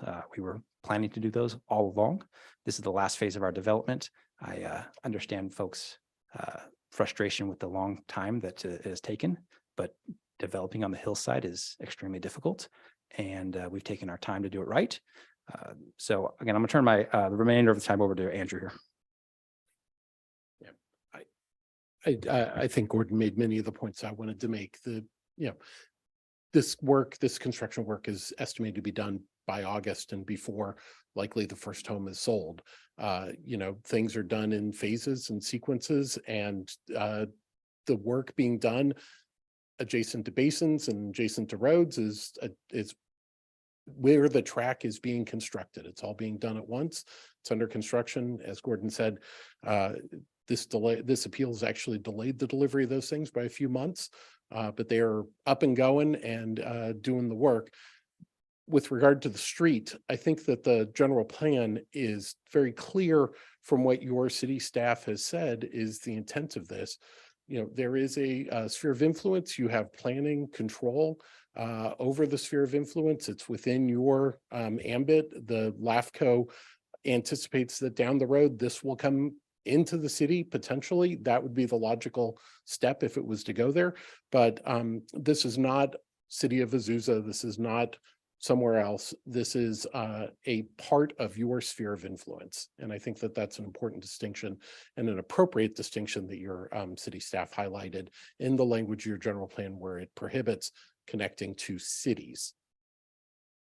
The language says cities. So we'll leave it at that. Thank you. We ask that the appeal be overruled. One more point. There was also a point or a assumption brought up that the development, again, would sell all the homes and then do the improvements. The city of Glendora already has safeties in place for that. We cannot have a certificate of occupancy of any of those homes or close the sale of any of those homes until all of the improvements are done throughout the site. So the streets, the basins, and all the street improvements do have to be completed before we can even close the first home, nor would we sell a home where you didn't have a street to go and drive into. So again, the protections are already in place. The construction is already underneath way.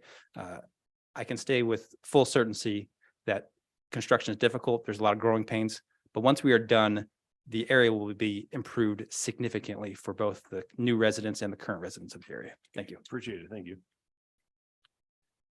Now you can close the public hearing. Okay, I close the public hearing before we discuss. Okay. I'll close the public hearing. So I bring it back to Bill. I'm looking for some direction because At this point, the council can ask questions. If we do that, we'd want to reopen to take additional testimony. If you don't have questions, then you're free to deliberate. I think I need to add one important qualification. I know that I know that counsel for the appellant disputes the claim about time bar, but I need to caution the council that his argument that while he may be time barred by suing the city over these approvals, that you are not barred by making further decisions.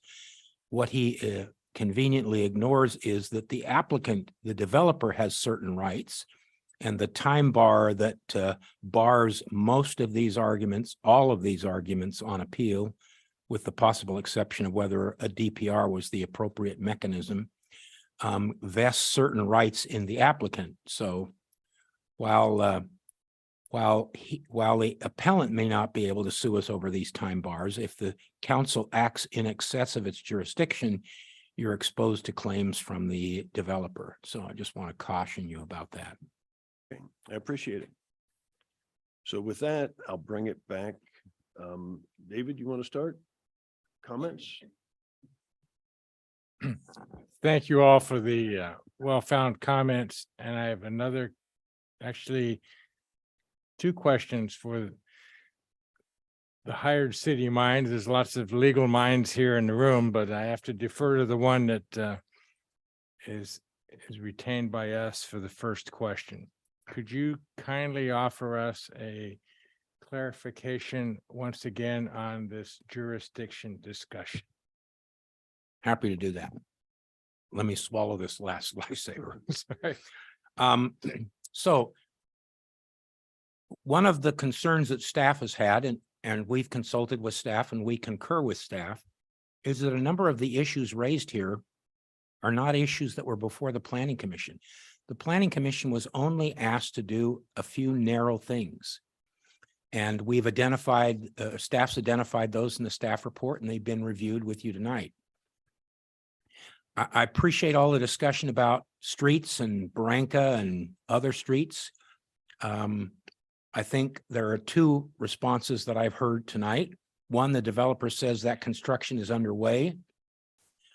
But even if it weren't, those weren't issues before the Planning Commission in the DPR that was before it. So the issue that an appealing party gets to raise is, did the Planning Commission make a mistake when it approved readjusting the debris basins, not reducing the number of lots, simply giving up some of its development rights, and reconfiguring some of these homes? I think an important point to remember is, even if you were to grant this appeal, it would be a simple matter for this applicant to simply withdraw its DPR and build out to the full project. It has the absolute right to do that right now. I think you heard that from the applicant. So the applicant, to some extent, is surrendering some of its vested rights under the final map in order to better accommodate what they represent as debris flow based on further engineering studies that have been reviewed by your staff. So in our view, the issue of the roads is an interesting issue. Either one, it's being addressed right now and will be resolved by the end of the development, or two, is not an issue that was presented to the Planning Commission and could come back as an entirely different matter at some point in time, either before the council or before the Planning Commission as a separate standalone item. Doesn't sound like that would be needed. That, so far as our office can determine, is really the central issue here.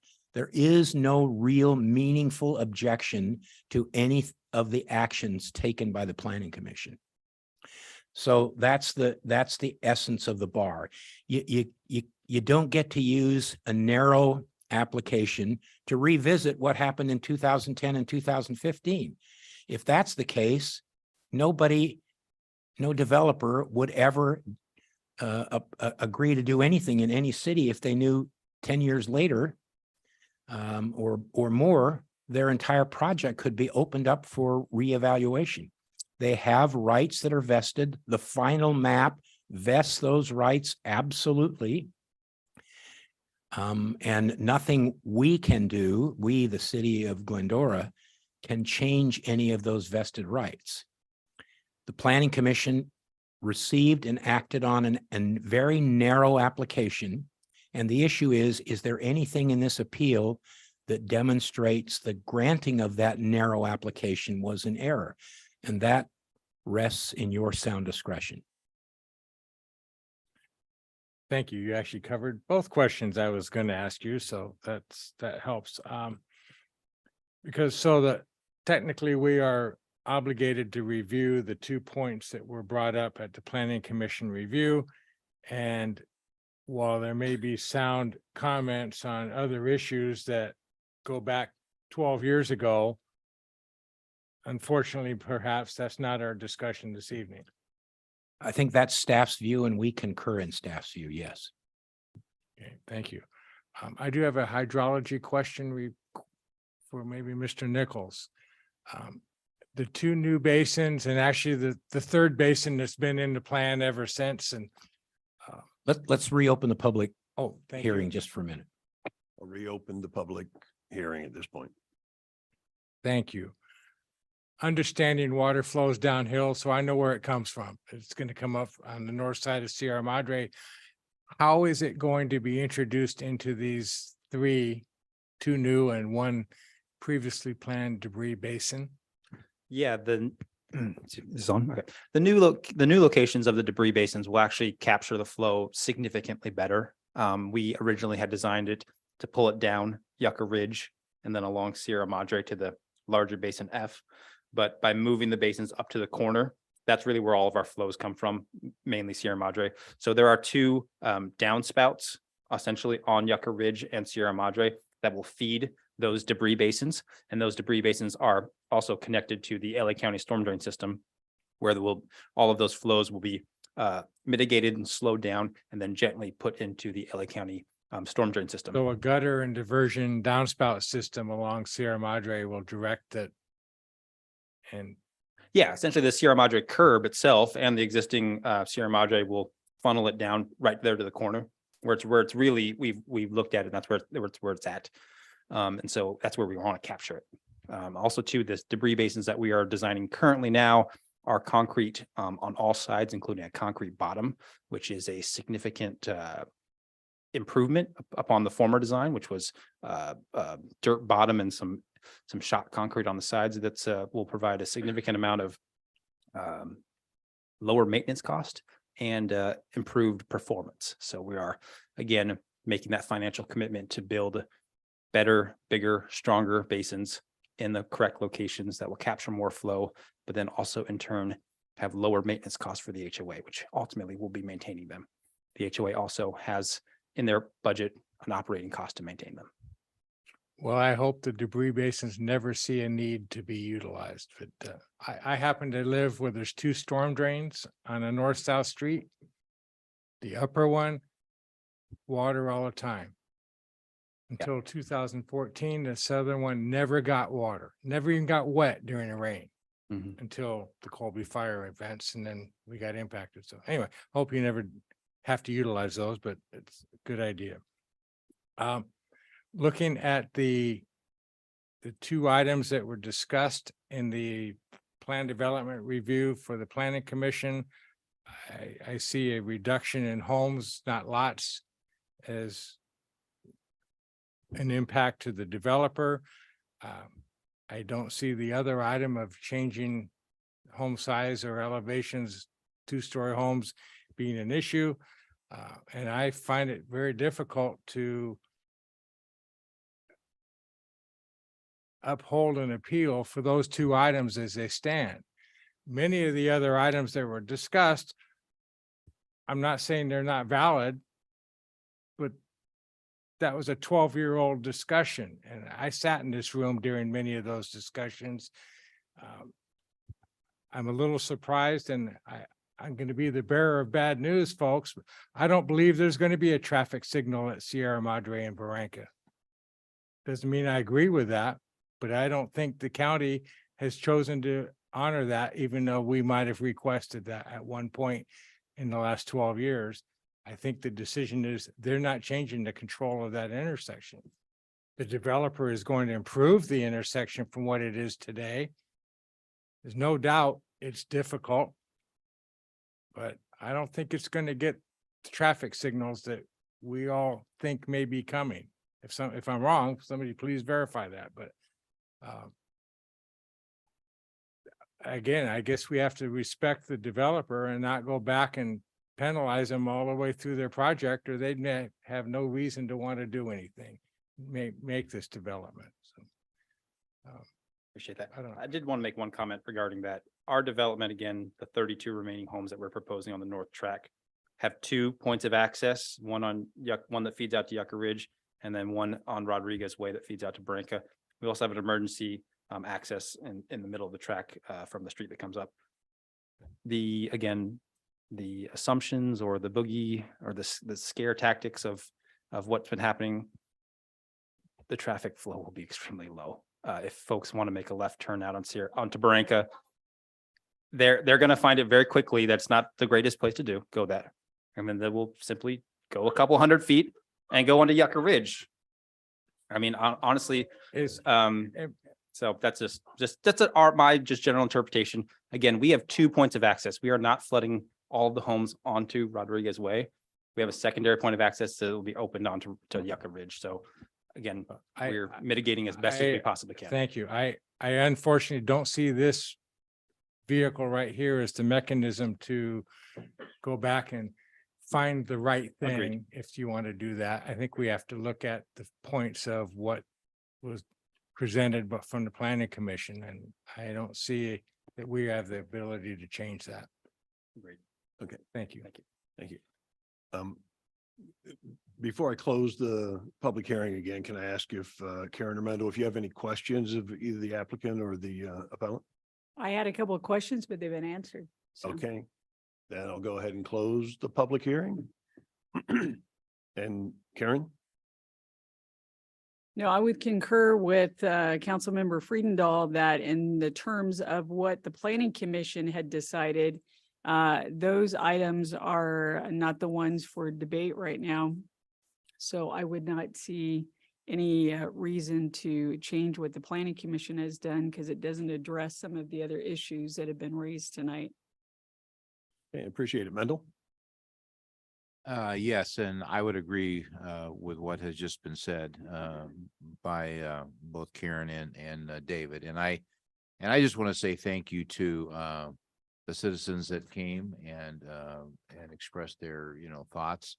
I think that's really an important thing. I also hope that what we've all heard has been enlightened. We have heard hopefully some things that will mitigate some of the fear, such as the streets are going to be worked on. There is a date certain that apparently those conditions are going to be met. Now, are they exactly what everyone wants? Probably not. But at least we've been informed of that. I do appreciate the steps that we've heard about trying to manage the water, debris, everything that a storm gives, and as much as we don't like that, we desperately need for it to rain, and so we've been enlightened with that. Hopefully, we've all been enlightened as to what the journey has been. Maybe it's not been a easy one or a clear one by any means, but I think Jeff, you've done an excellent job of trying to educate us as to what the process has been and what it is and what it still is. And I lastly want to close and agree with what's been said, that as I understand it, and as I've read everything that has been sent, we are here for a very narrow vote on things that the planning group heard, discussed, reflected, and voted on. And as much as I would love to be able to change the way that students drive and adults drive, and I'm sure the chief would even endorse that. I wish there was a magic wand that the four of us had to do that. We can't do that, and we're not here to do that tonight. So I would agree with the colleagues that have expressed their thoughts, and feel like that I'm ready to render a choice as to what we should do regarding the matter at hand. So thank you. Thanks, Mando. With that, I'll be looking for a motion, but I would like some clarification on the options that we have in front of us. It's a little confusing. We got an option 1, 2, and 3, and then A, B, C, D, and E.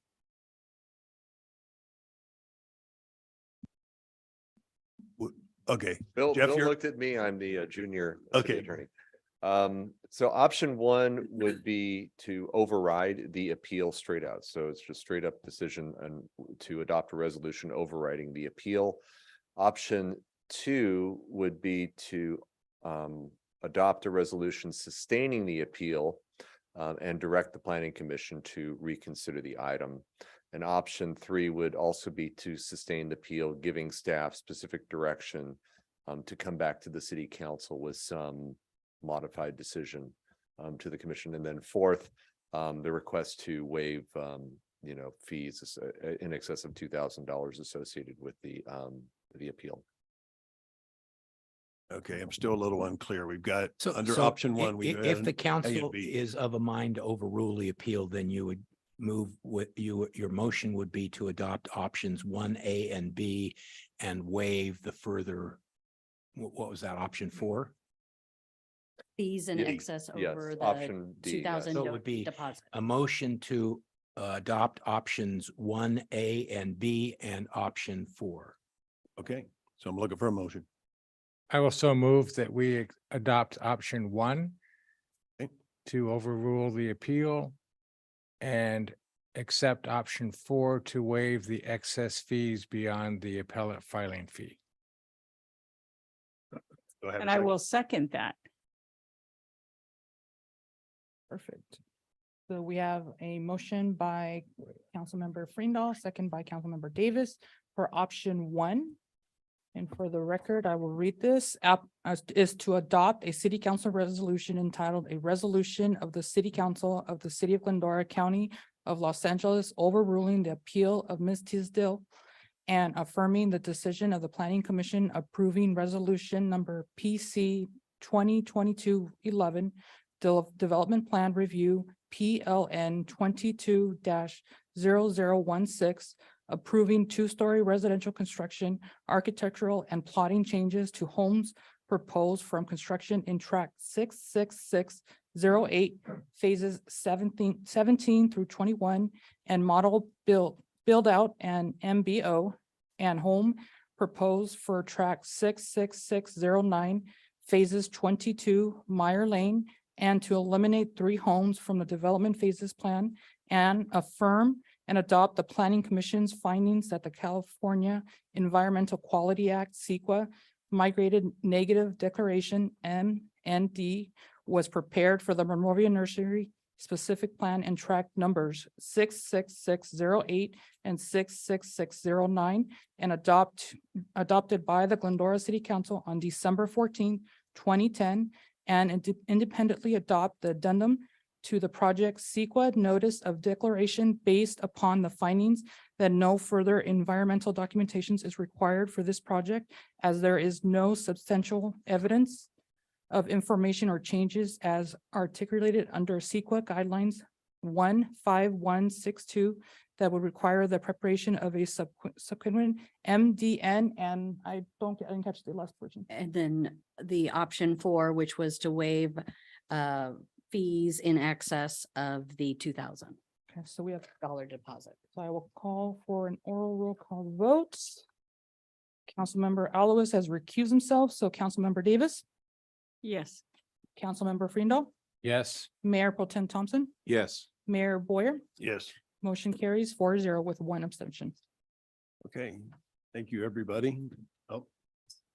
We don't have to come and get you. Come on back in.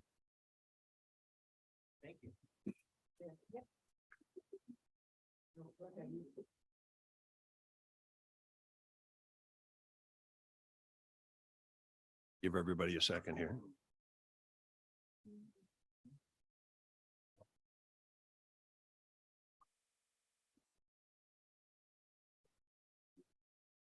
Okay, with that, we'll move on to item number 4, which is another public hearing to conduct a second reading and adoption of ordinance number 2074, adopting the 2022 California Business Code. And I understand, Dave Collette, you're going to report. So I declare the public hearing open. Great. Thank you, Mr. Mayor, council members. So this is a public hearing to conduct the second reading and adoption of ordinance number 2074, adopting the 2022 California Building Codes. Next slide. Oh, you already got it. Every 3 years, the California Building Standards Commission adopts and publishes new codes that govern the design and construction of buildings, associated facilities, and equipment. Local jurisdictions, such as the city of Glendora, are required by state law to enforce these codes. The new building codes become effective January 2023. Next slide, please. The first reading and introduction of the ordinance occurred at the city council meeting on November 8th, 2022. Tonight is the second reading and public hearing. Next slide, please.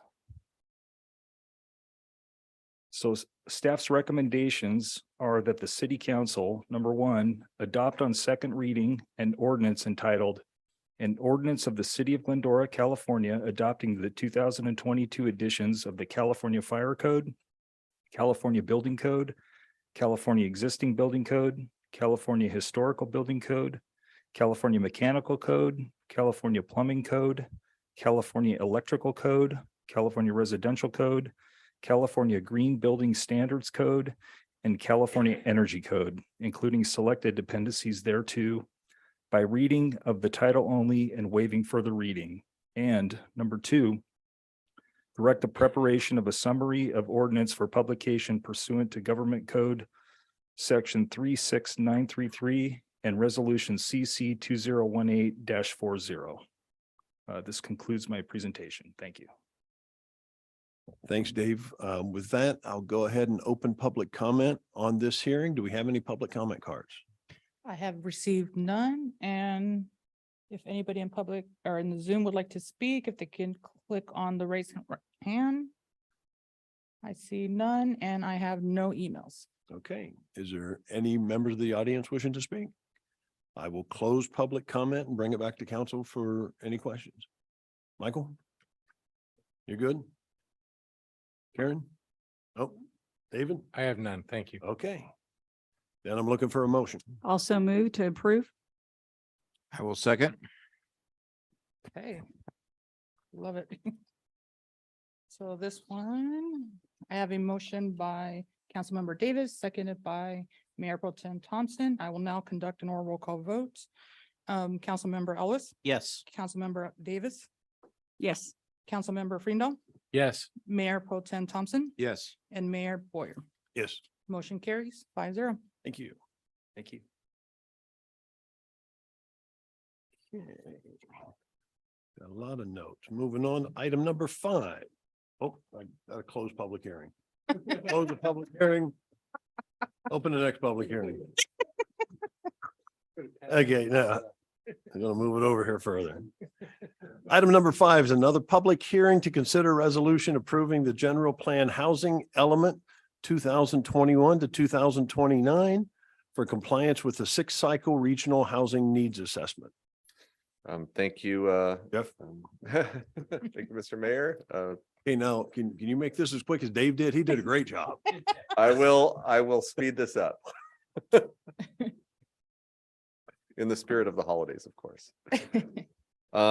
So this is the adoption of the general plan housing element.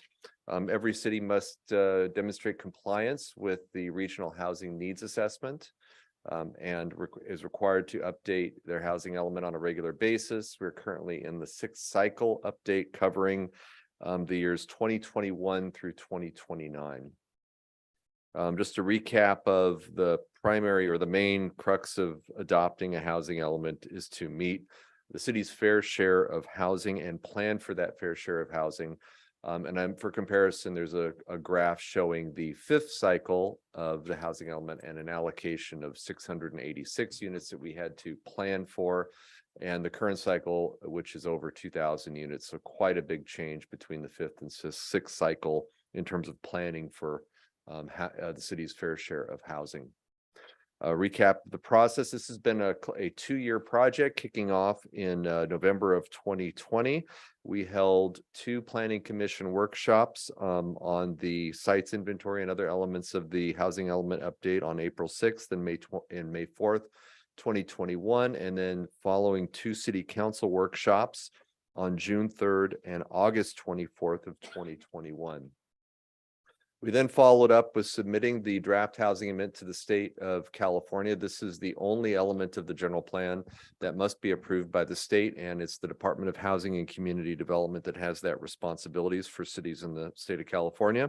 We received first round of review comment letter from the state in November of 2021, made some changes, resubmitted, got a similar letter back in February of 2022. And so there was a joint planning commission and city council meeting where the city council ultimately adopted 31 action items to in part address the comments from the state on our adopted housing element or on our draft housing element.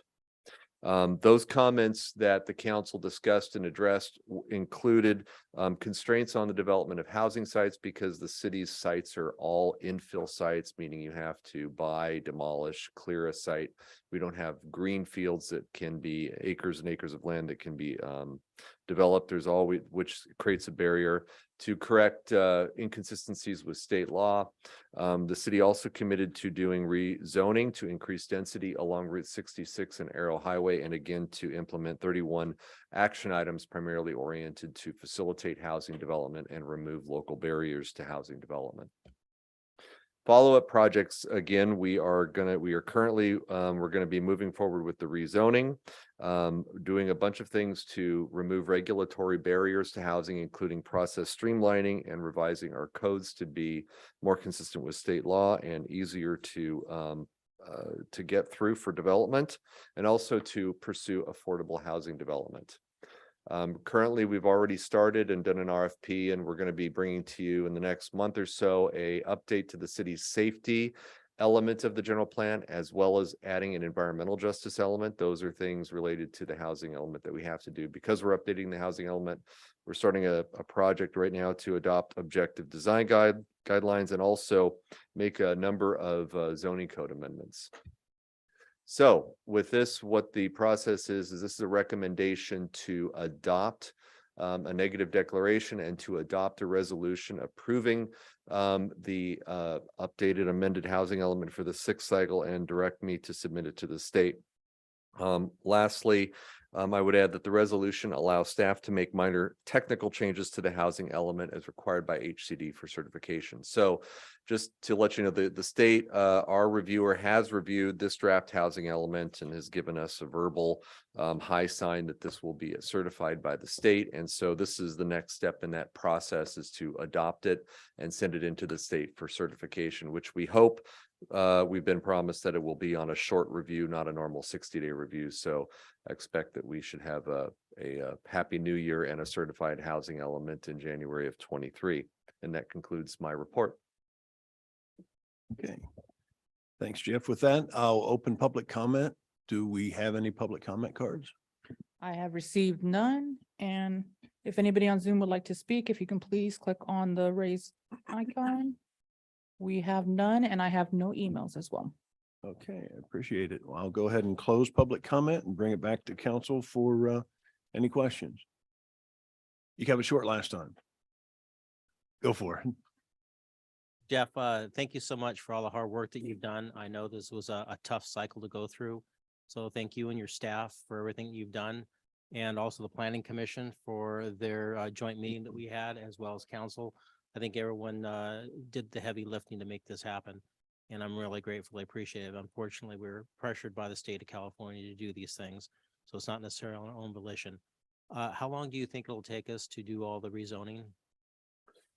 To do the rezoning just for Arrow Highway and Route 66, that part of the project, I'm hoping to complete that by the fall of next year, if not sooner.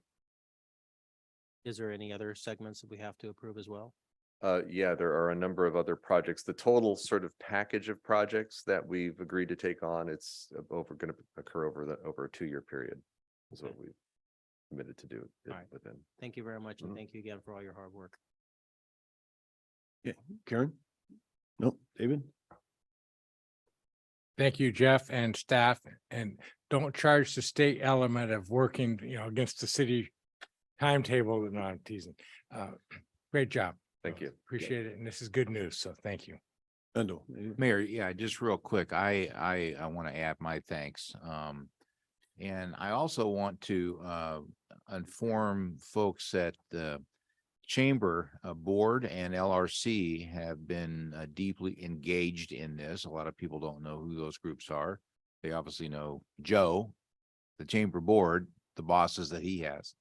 But the, LRC looks at all of the state rules that are proposed, enacted, and then we have to live by. And I want you to know, Jeff, that they were very supportive and engaged and wanted to help you and reach out in any way that they could to get this thing passed. And so I just want you to know that there's other groups that are in your court and that are wanting, we're anxious to get this thing passed. And when I told them that that we had gotten word that it was passed, but then the process was planning had to pass it, we have to pass it. They almost, Joe, they didn't believe me, but then I convinced them that that's really the way the government works. So thank you. And then the last thing is, I think, and Adam can help me here, that we're one of the few cities that have gotten ours passed as quickly as we have, which sounds pretty bad when you indicate the number of years that we've been working on this, much less months. But is that pretty well accurate? Yeah, in the state of California, there are various areas that go first in their housings, timelines. The San Diego County, for example, was first, and SCAG is currently, and as Jeff indicated, it was just a handful of cities in SCAG region that had them approved. More recently, the city of Irvine, for example, had theirs approved, but I don't think it's many more than 25 cities at this point that have it through. No, we actually, it's an item of discussion with the San Gabriel Valley Council of Governments. We meet the Planners Technical Advisory Committee, and it's us and San Gabriel and Duarte at this point within our group. Others are getting closer, but I want to thank the City Council and the Planning Commission for really working hard on this and coming up with some really creative ideas that we could give to the state and get an adopted housing element and certified by the state, so we can move forward with life and start planning and facilitating development within the community. So thank you. Yeah, so the public just needs to know that we've got a great team, and again, we are one of few that are getting things done. And so thank you, and thank you to Adam and staff. So Thank you. With that, I'll close the public hearing and request a motion. I'll move requested items 1 through 3. I'll second that.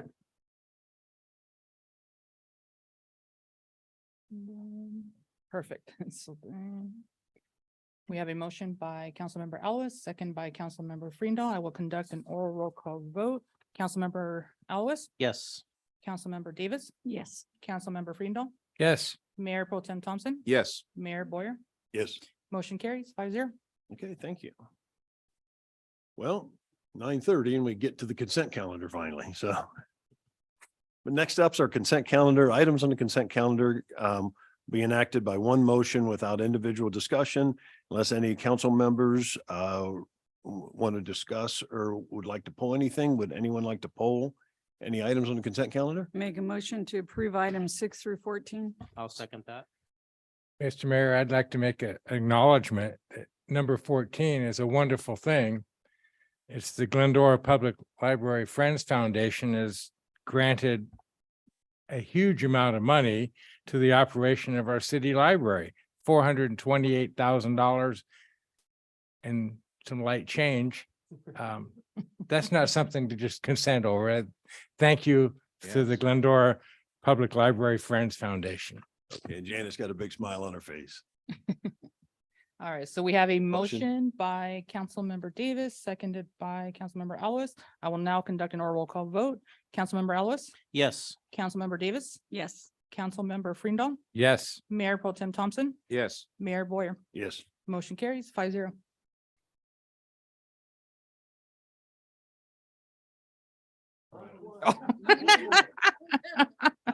We got one more. Item number 15.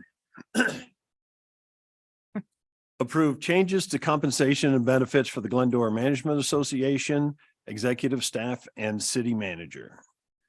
And Marie, you're already up there. Welcome. We want to go home. Good evening, Mayor and members of the City Council. Tonight for your consideration is a resolution and amendments to approve the changes to compensation and benefits for the Glendora employees. The first one up is GMA. They have agreed to a contract term of 3 years beginning January 1st, 23 through December 31st of 25. The salaries proposed will be in year one will vary depending on the market rate salary adjustment. Year two is proposed to be 3.5%, in year three at 3%. Medical will increase to $1,300 a month in year one, beginning January 1st, 2023. Year two will be $1,400 and year three will be $1,400. We're introducing longevity pay to the GMA, which starts at 5 to 9 years for $1,000 a month, 10 to 14 years for $1,500 a month, and 15 plus years for $2,000 a year. I apologize. Sure. It's a year, not a month. We removed tiered vacation and administrative leave to treat all our GMA employees the same, to have the same vacation accrual and 40 hours of admin leave a year. We've added 8 additional hours of floating holidays for all members and a $1,500 retention payment for all members due the first pay period of February 23.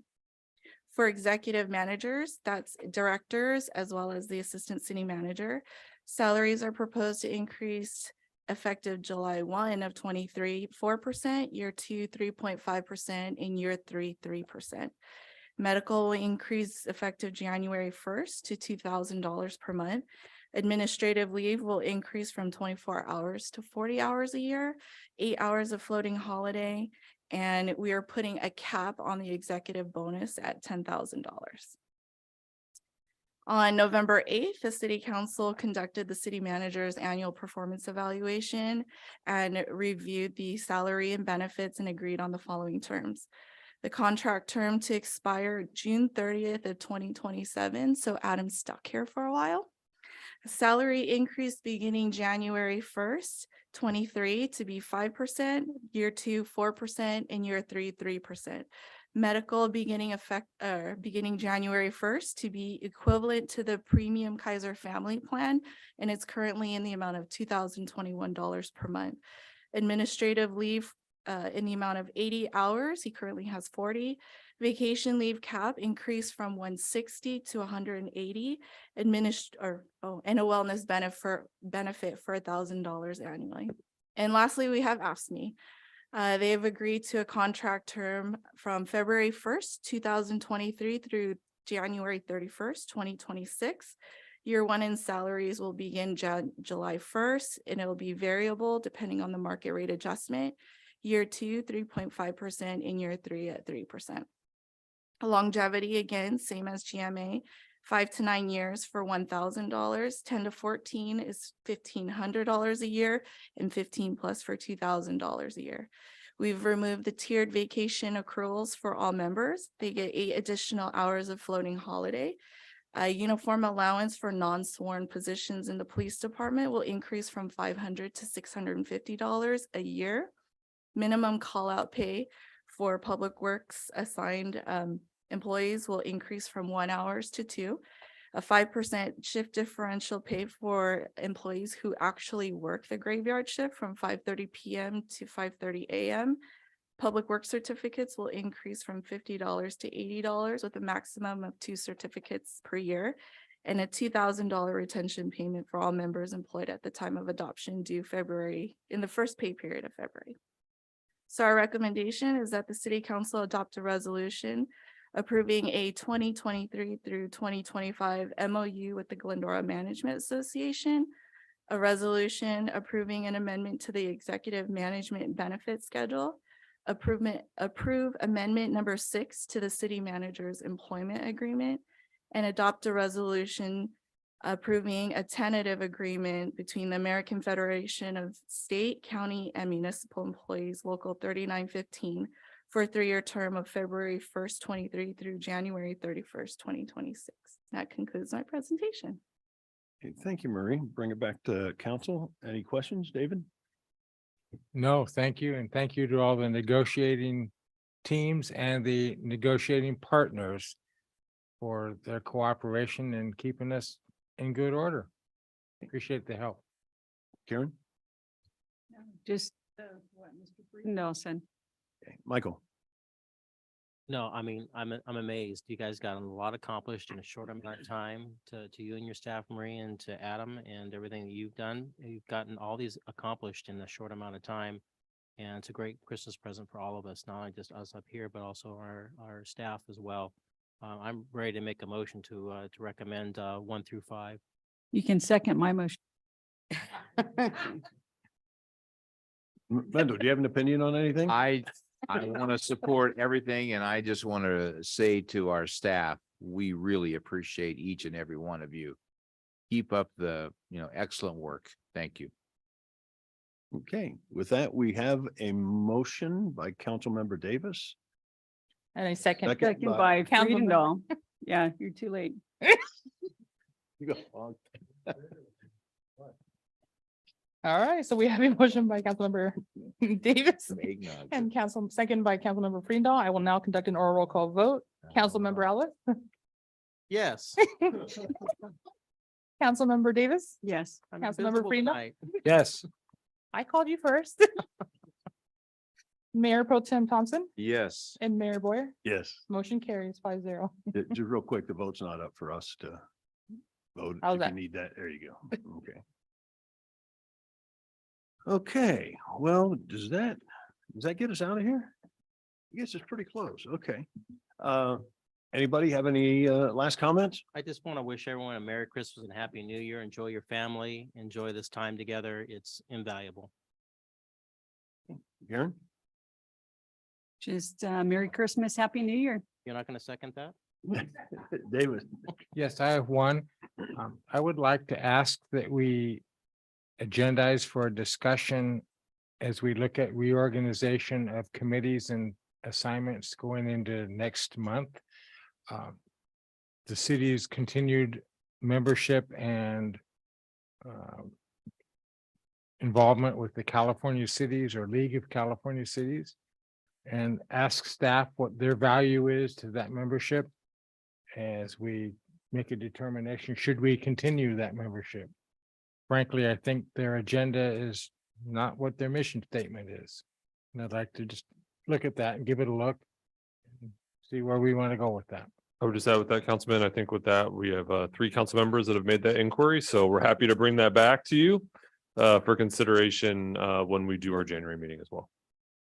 And I clearly recognize that staff input on that is very important because Yeah, it's not just a. The good thing is our city Recommended. attorney has another city that just went through that process. So I think we're in good hands there. Thank you.